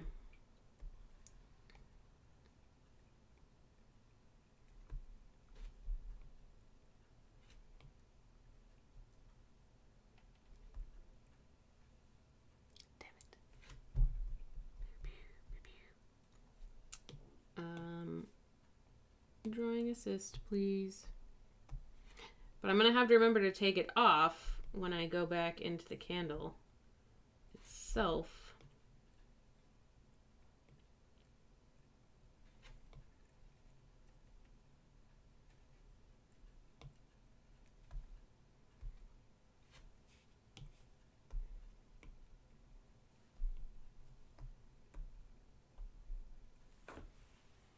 Oh my god. Did they have, like, do they have, like, a trademarked Pantone or, like, hex shade? Like, They totally would.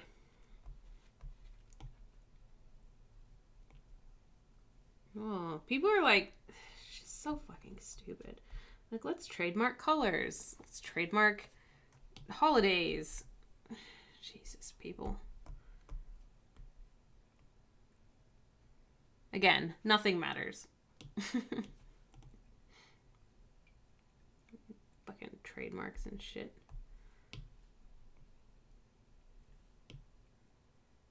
Ridiculous.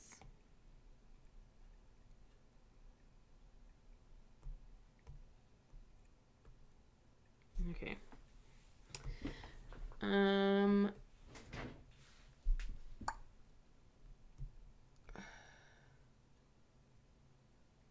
Like, of course they did. I have no shock. My kitten fell asleep. She's sleeping. Is it time for Sleepy Kitten cameo? Let me know if it's time for Sleepy Kitten cameo. I will disturb her just to show her off. Because she's the cutest little baby.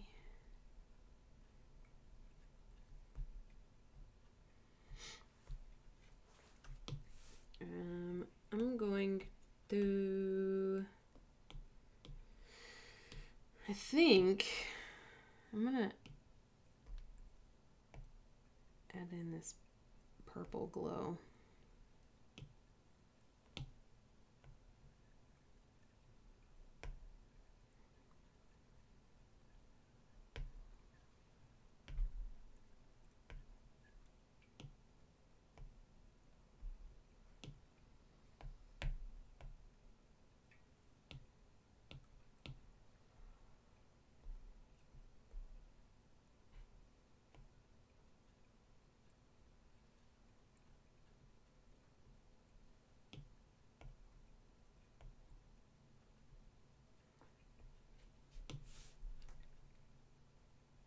Is it kitten time? It's stretching. Please hold.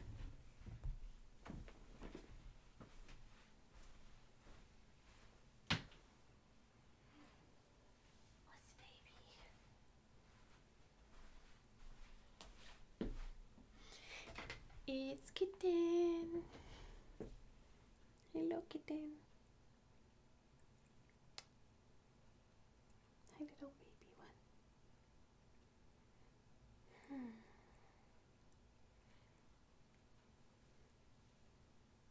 It's the kittinterlude. Kittinterval. Kittintermission.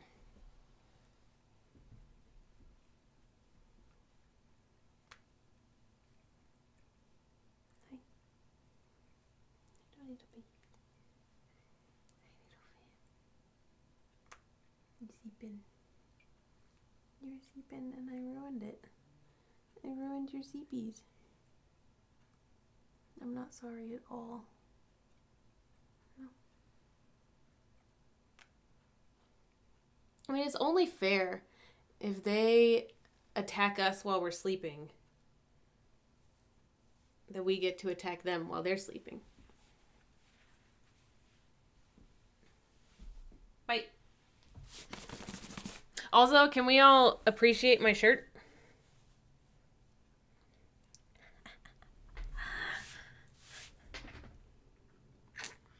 It's funny because it combines two really nerdy things. One that I really love and one that I tolerate greatly.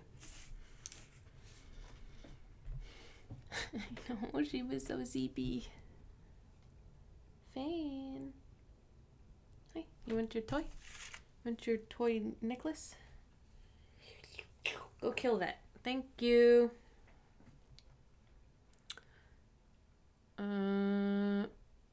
So I generally like what's going on here, but this candle needs some more definition. And yeah, I really love Star Wars though. The candle needs more definition and the background needs more shadow. So, whoa. Whoa. What if I did some crazy ass thing on here? Whoa. No, we're not doing that. Sketching, please.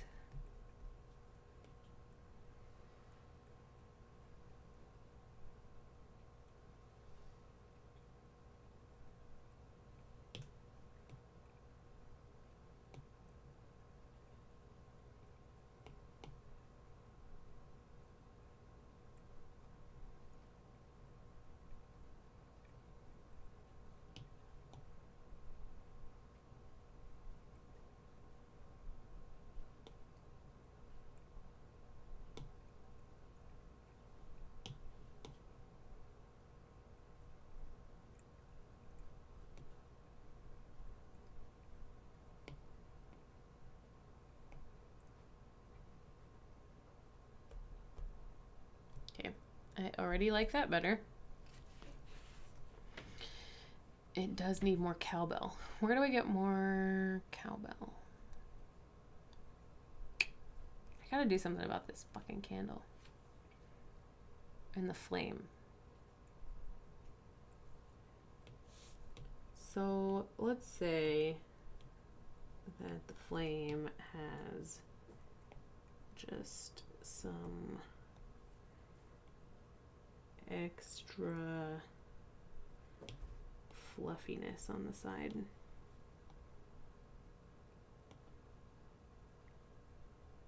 Like so. Just a little extra fluff. Man, I'm covered in cat hair now. Worth it. Fan! Why don't you ever come up to your little cat bed anymore? Go to your cat bed. This one. Come up here. Come on. Take your necklace. Cat bed. Get up there. She's not gonna go.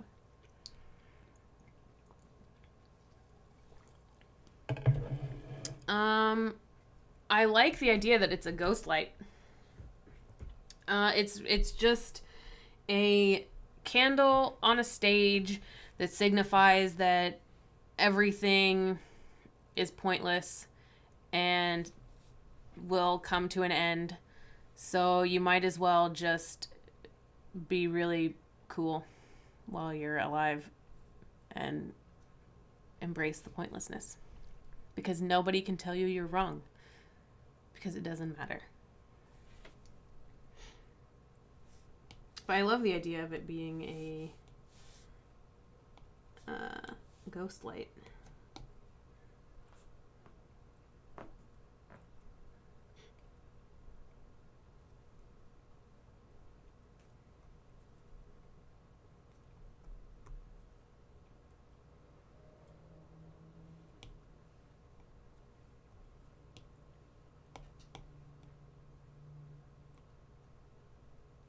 I think the main thing is going to be erasing all these, like, where I've gone horribly outside the lines. Like, going outside the lines isn't a bad thing, but it kind of has made the picture look kind of fuzzy. So I need to sharpen my shadows and erase some of the places where it's not crisp.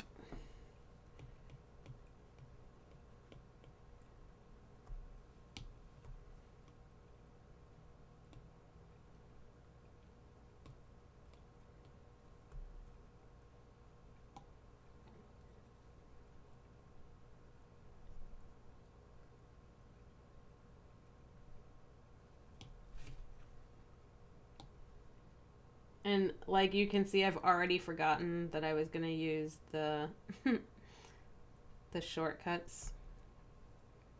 I already forgot about it. Oops.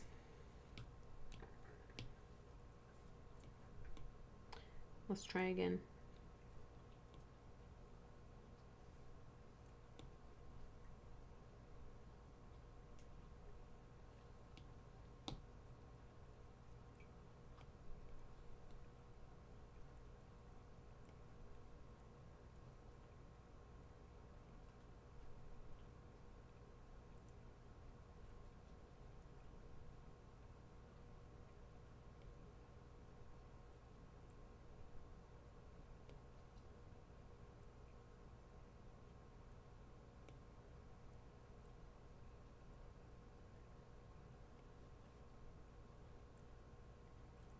Guys, we're in the home stretch here.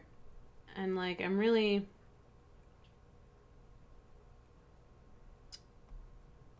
ready to finish. So ready to finish. I feel like this was a more ambitious project than usual. But also maybe it wasn't.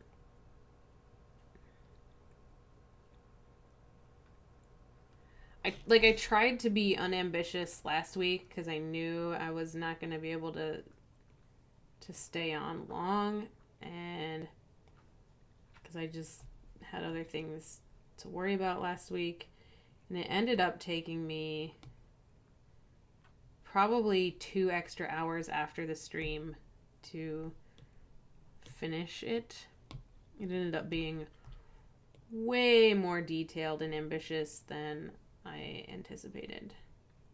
So maybe this one's not so bad.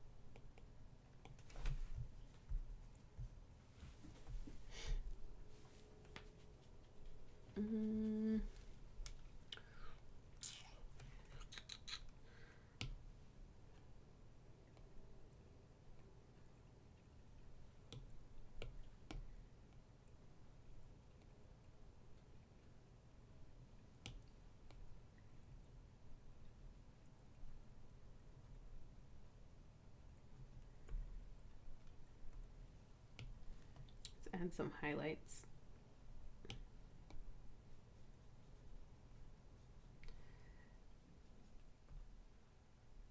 And let's make these drips way more. Let's give them some depth.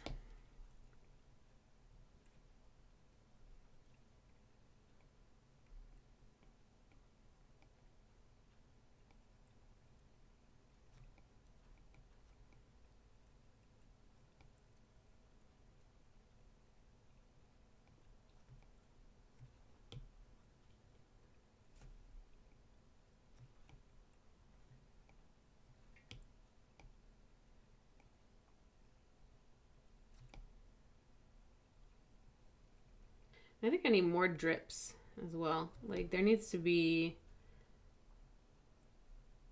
something on the sides, not just in the middle. Like, maybe I'm gonna do it on a different layer in case it sucks, which is my mantra. In case it sucks, do it on a different layer. But I'm gonna add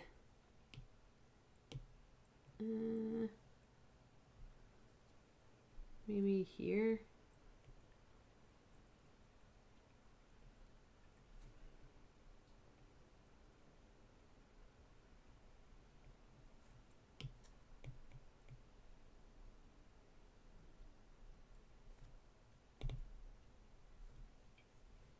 Actually, I should just duplicate the layer.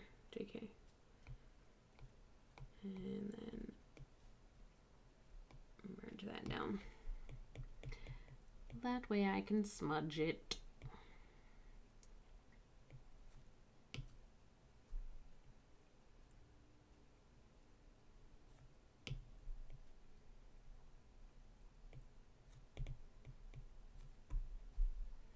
Do I like that? Or does it make it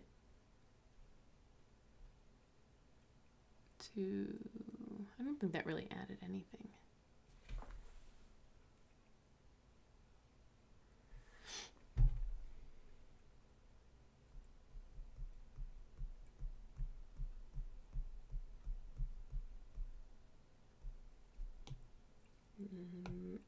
I'm going to duplicate again. I mean, it actually kind of looks fine just being twice as dark. And like, maybe that's good enough.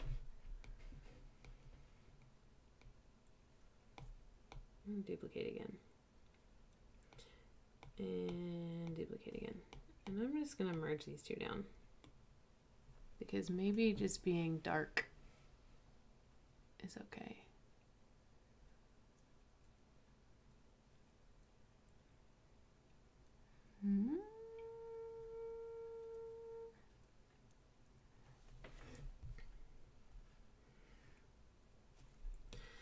I'm going to deepen these shadows though.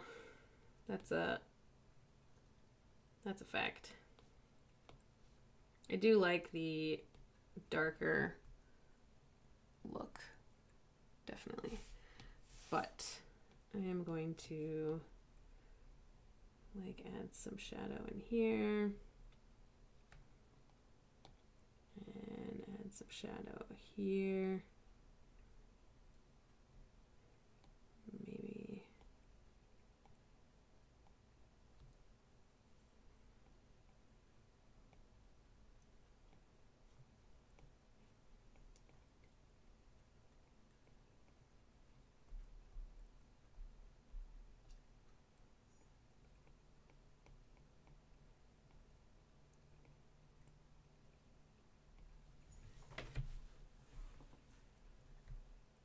yes.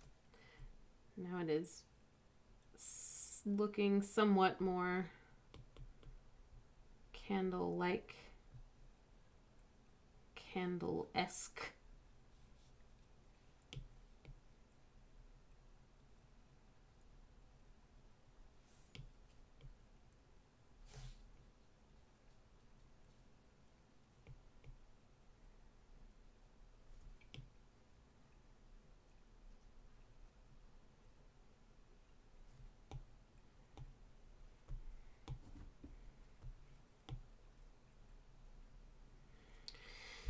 And now I'll just smudge around a little bit.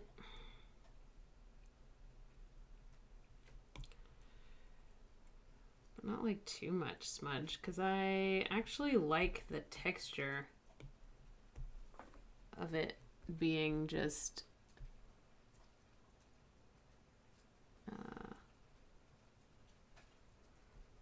yeah, I don't remember what I was even saying. But I like the texture of it looking like a pencil.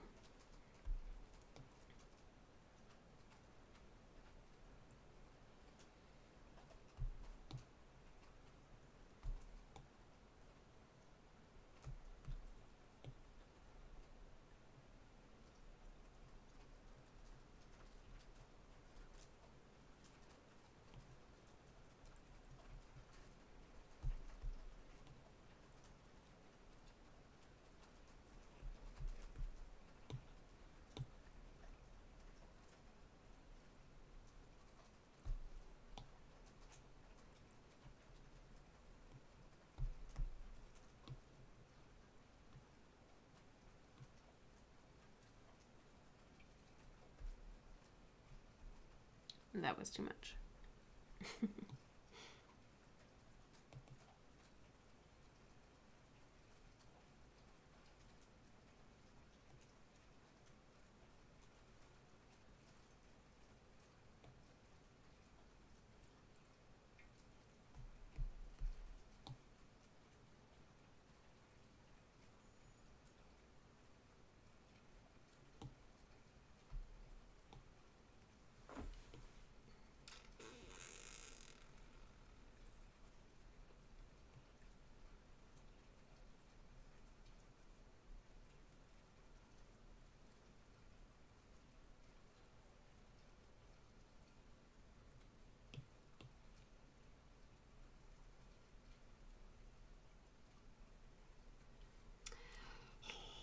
Are we done?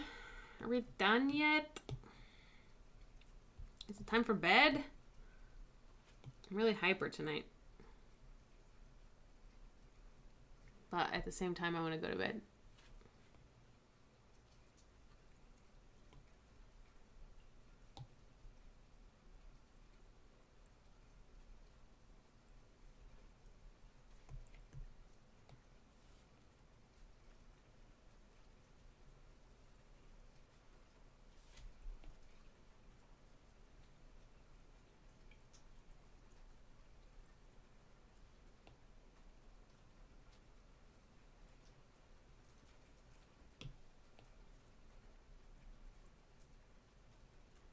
It's raining again. So that's nice. Alright, that's vaguely candly.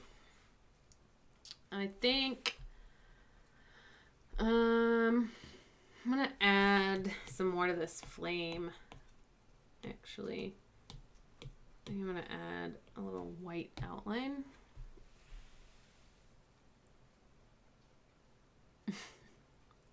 Did I leave a present in my own litter box? Could have done.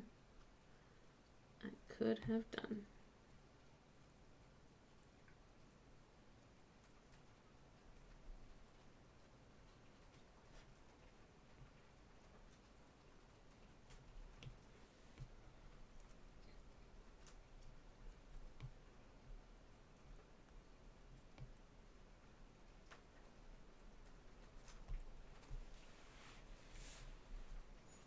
I also don't really love the sharpness of this line in the back. So can I get rid of it? Where is that line? There it is. I can get rid of it, but I like having it there. I just don't like how sharp it is. So I'm gonna try the old smudgeroo.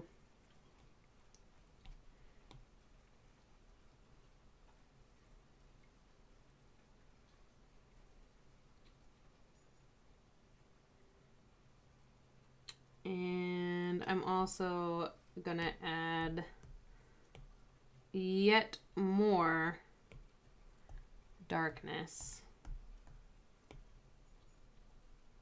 to the back side. And also, I gotta clean up this bottom here.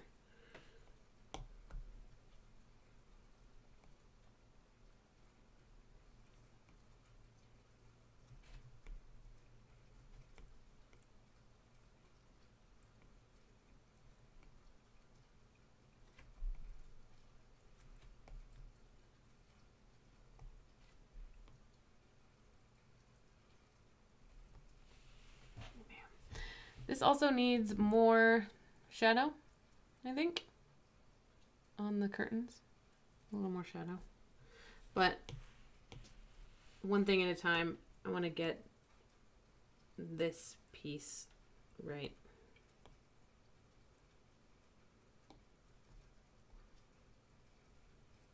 Is that too dark? Yeah, that might be too dark. But maybe I can do some gradient magic.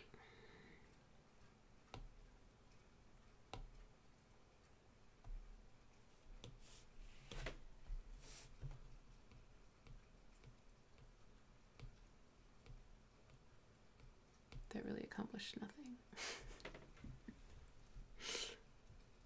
Maybe I just need to change the opacity. No, I don't know what I need to do there. I don't love that though. Unless what I need to be doing is giving some floor shadow. I might need just some floor shadow. Some floor shadowing.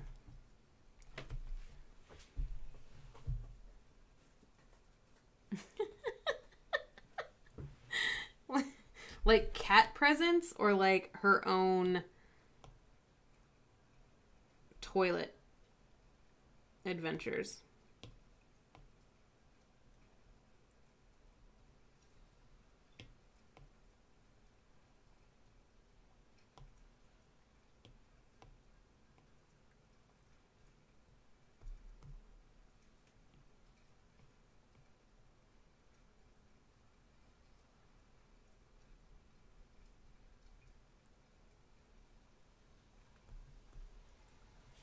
Actually, that kind of works. Oh my gosh. That's ridiculous. But not unsurprising. I know people that would totally do that.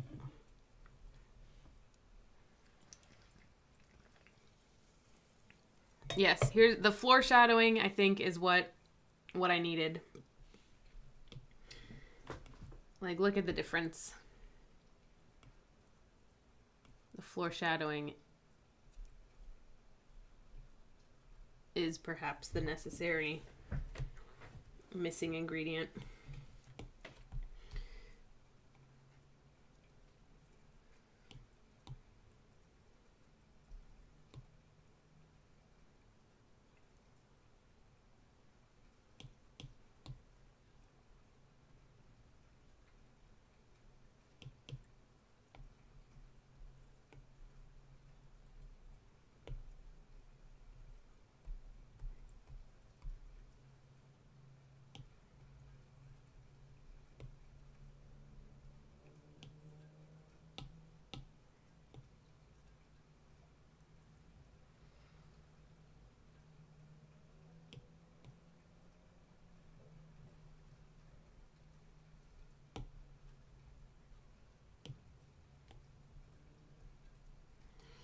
Boop, boop, boop, boop, boop, boop.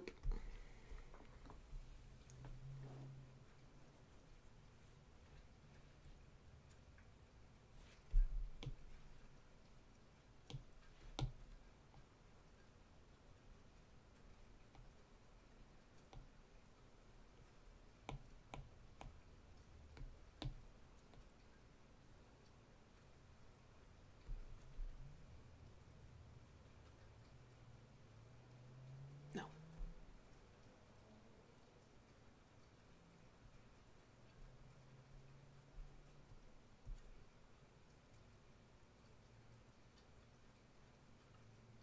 The floor shadowing must stay as it is. But the background, I think, can be brighter as it is.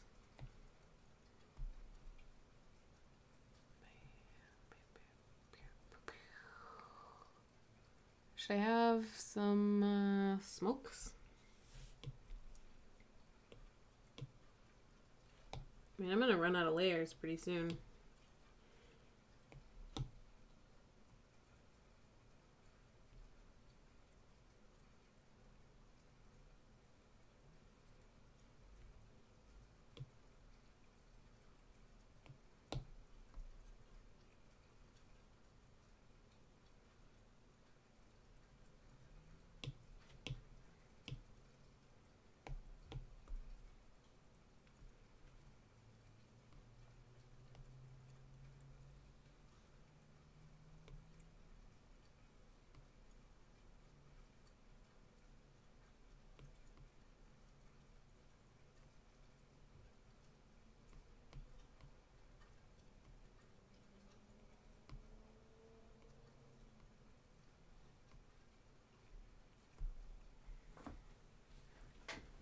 Is this,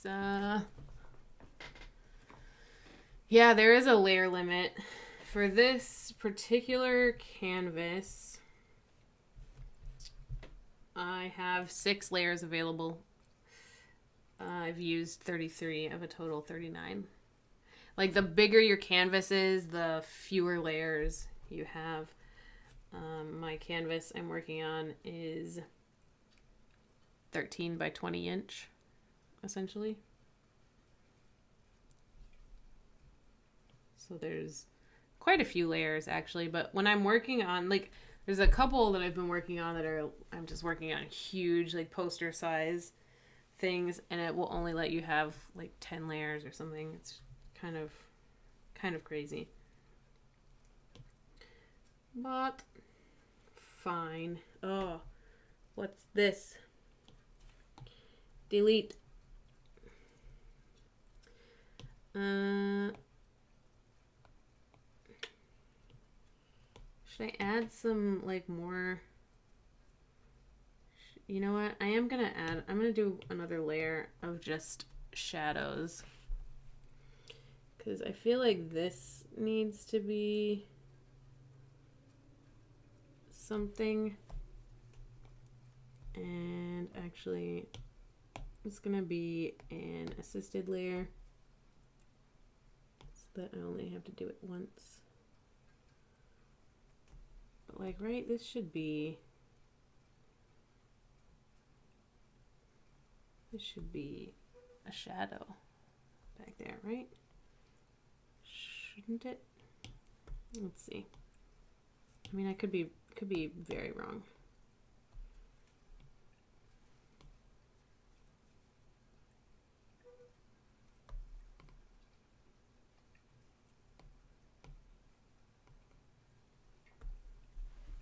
Not wrong. The shadow back there is good.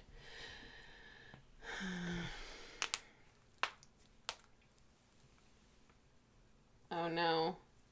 What happened to your layers? No.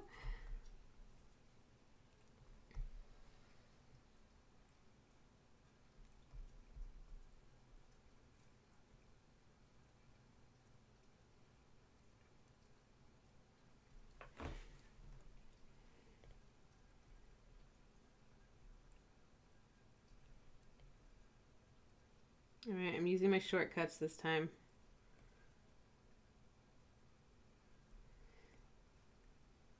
I'm using those shortcuts.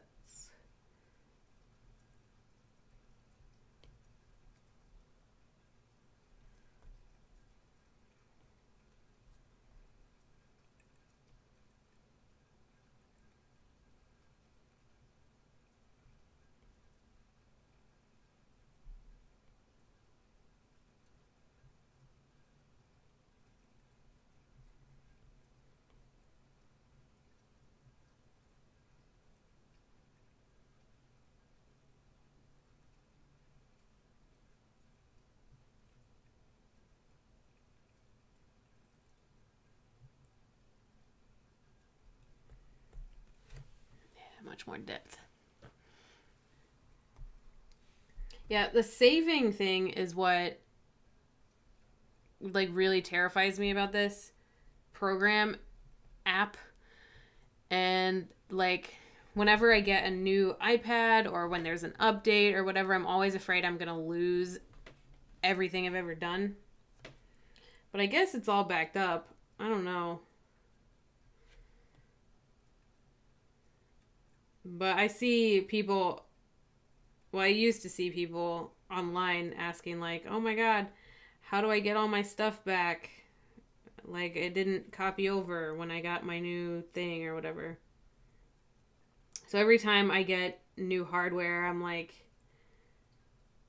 well, I'm going to copy it over first and make sure that it actually works before I reset my old stuff. It's kind of my biggest fear. Because like I said, I've been using this program since 2013, maybe. 2013 or 2014. It's been a long time. Like my whole career is on here.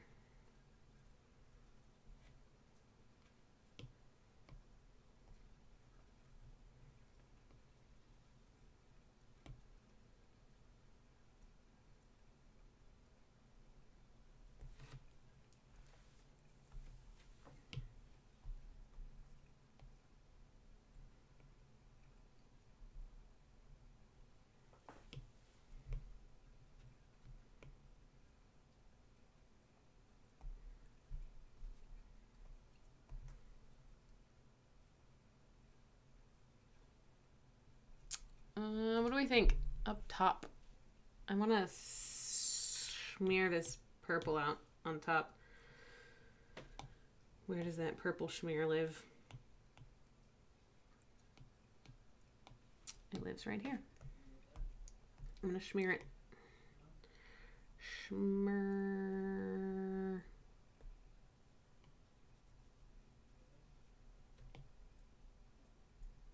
It's like kind of too bright.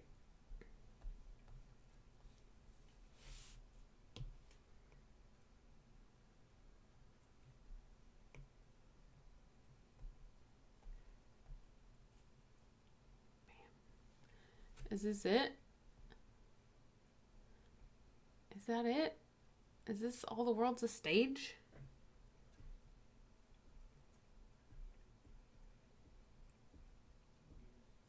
I think I want darker up top.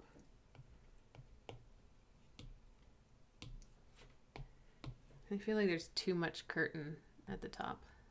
So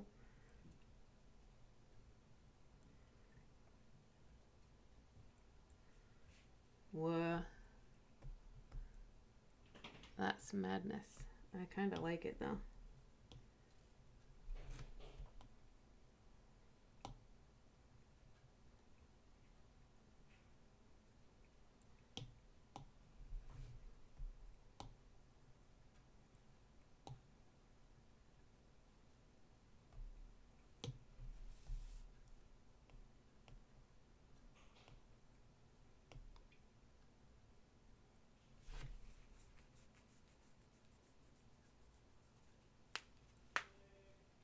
Jesus, 4,000 layers.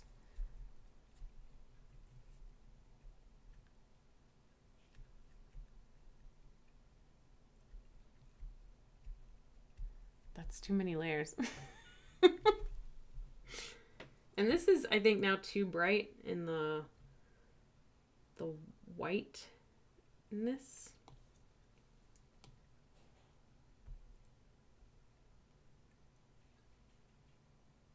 Should I dull that highlight up there?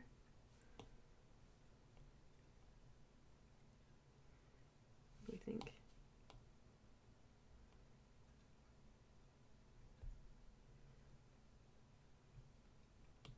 I'm gonna dull it, see what happens.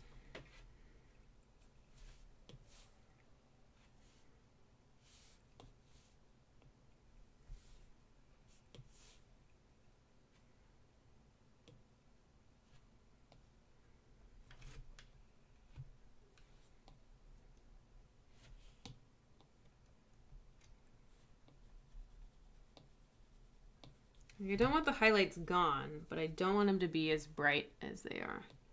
They look like they're just kind of glowing. And I don't want it to be glowing. But I don't want it to be just dead darkness up here either.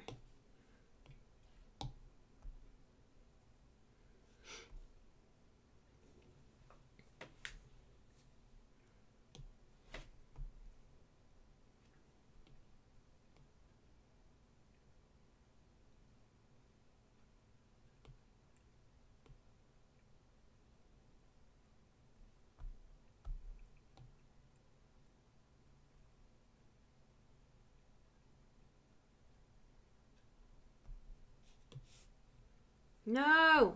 I was on the wrong layer again. Why do you let me draw on the wrong layer?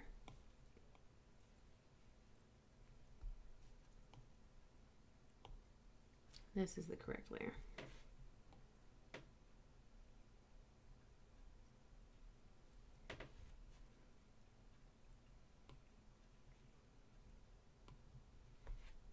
I just want the hint of curtains up here.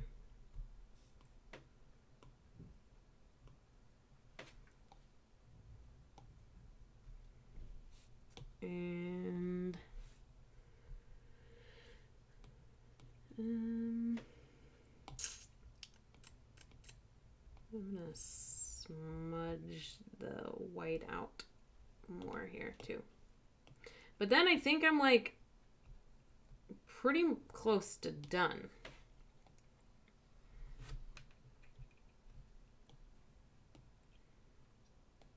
I mean, I hope so, anyway. And when I said smudge the white out, I'm just going to color over it with some black, actually.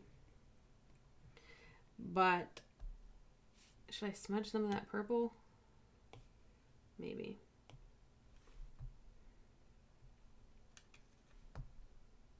Actually, no, I think I'm going to add just a couple little bitty highlights and then call it a day.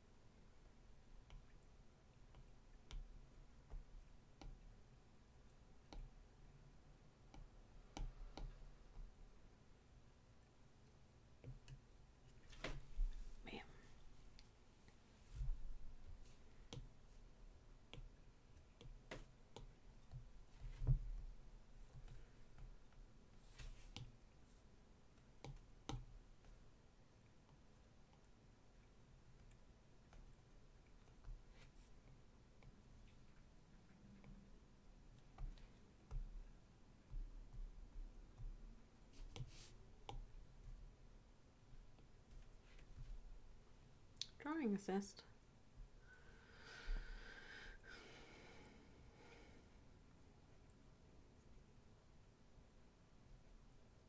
Literally, I question why I even have certain layers. Like, let's look at some of these layers that I have. What's this? Layer 17? Oh, it's a line. Look at all of these candle layers. All of these background layers.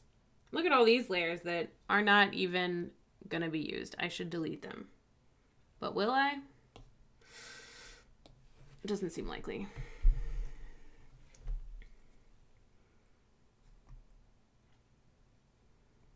I just want to like strengthen this shadow some more and then just be done.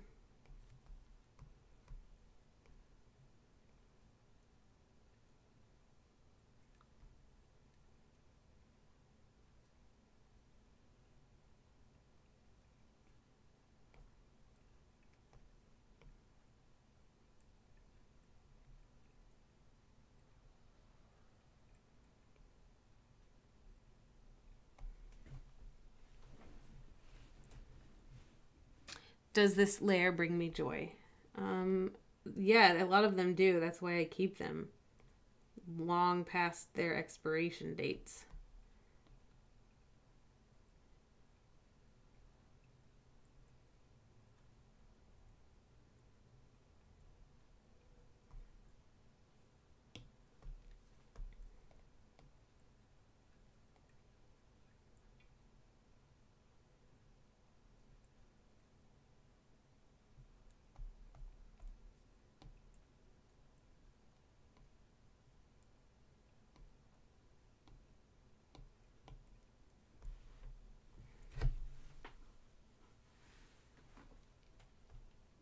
Is this it? Are we done? God, please be done soon. What are we waiting for? To be perfect? Ugh. Shoot me.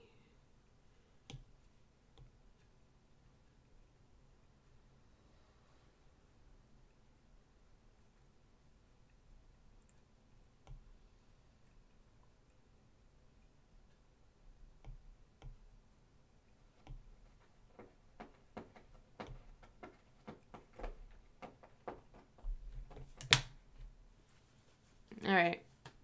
I think... let me turn off my drawing guide so there's no line up the middle. I think this could be as you like it. I think. Bah. Actually, no, it's not. We're not done yet. I've just noticed that these lines at the bottom are way too bright. So just smudge them out real quick.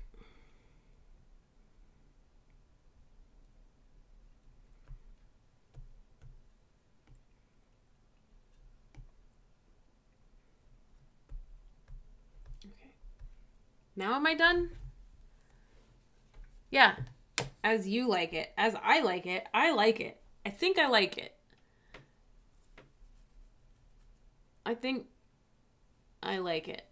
But I also think the candle does need a bit more purple, like right here.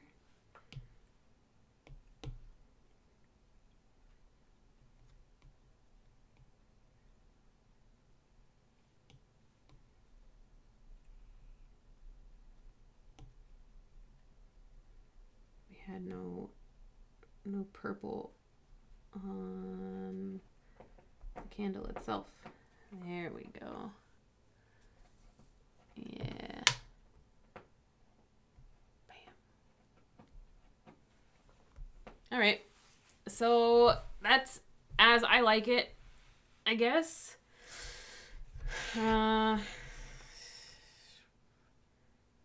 Yeah, all the world's a stage, and all the men and women merely players. Whoa, look at this. It's gonna go forever. You're gonna get an infinite picture. Wait, no, that's my reference picture.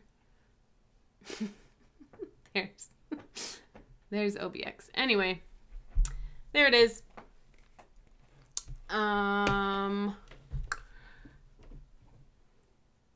Next week. Two Noble Kinsmen. Shakespeare's best fucking play. Followed by Antony and Cleopatra, Shakespeare's most insert adjective play. Followed by Henry IV Part 2, which I'm a little bit dreading. But a lot of the time when I'm dreading reading a play, it actually turns out to kind of make me happy. Anyway, look at all these plays that we've done together. Look at all this work that we've done together. Look at it. Just look at it. Look at all those. I'm really proud of us. But here's as you like it. I am gonna go to bed and let my stupid cat out of the room.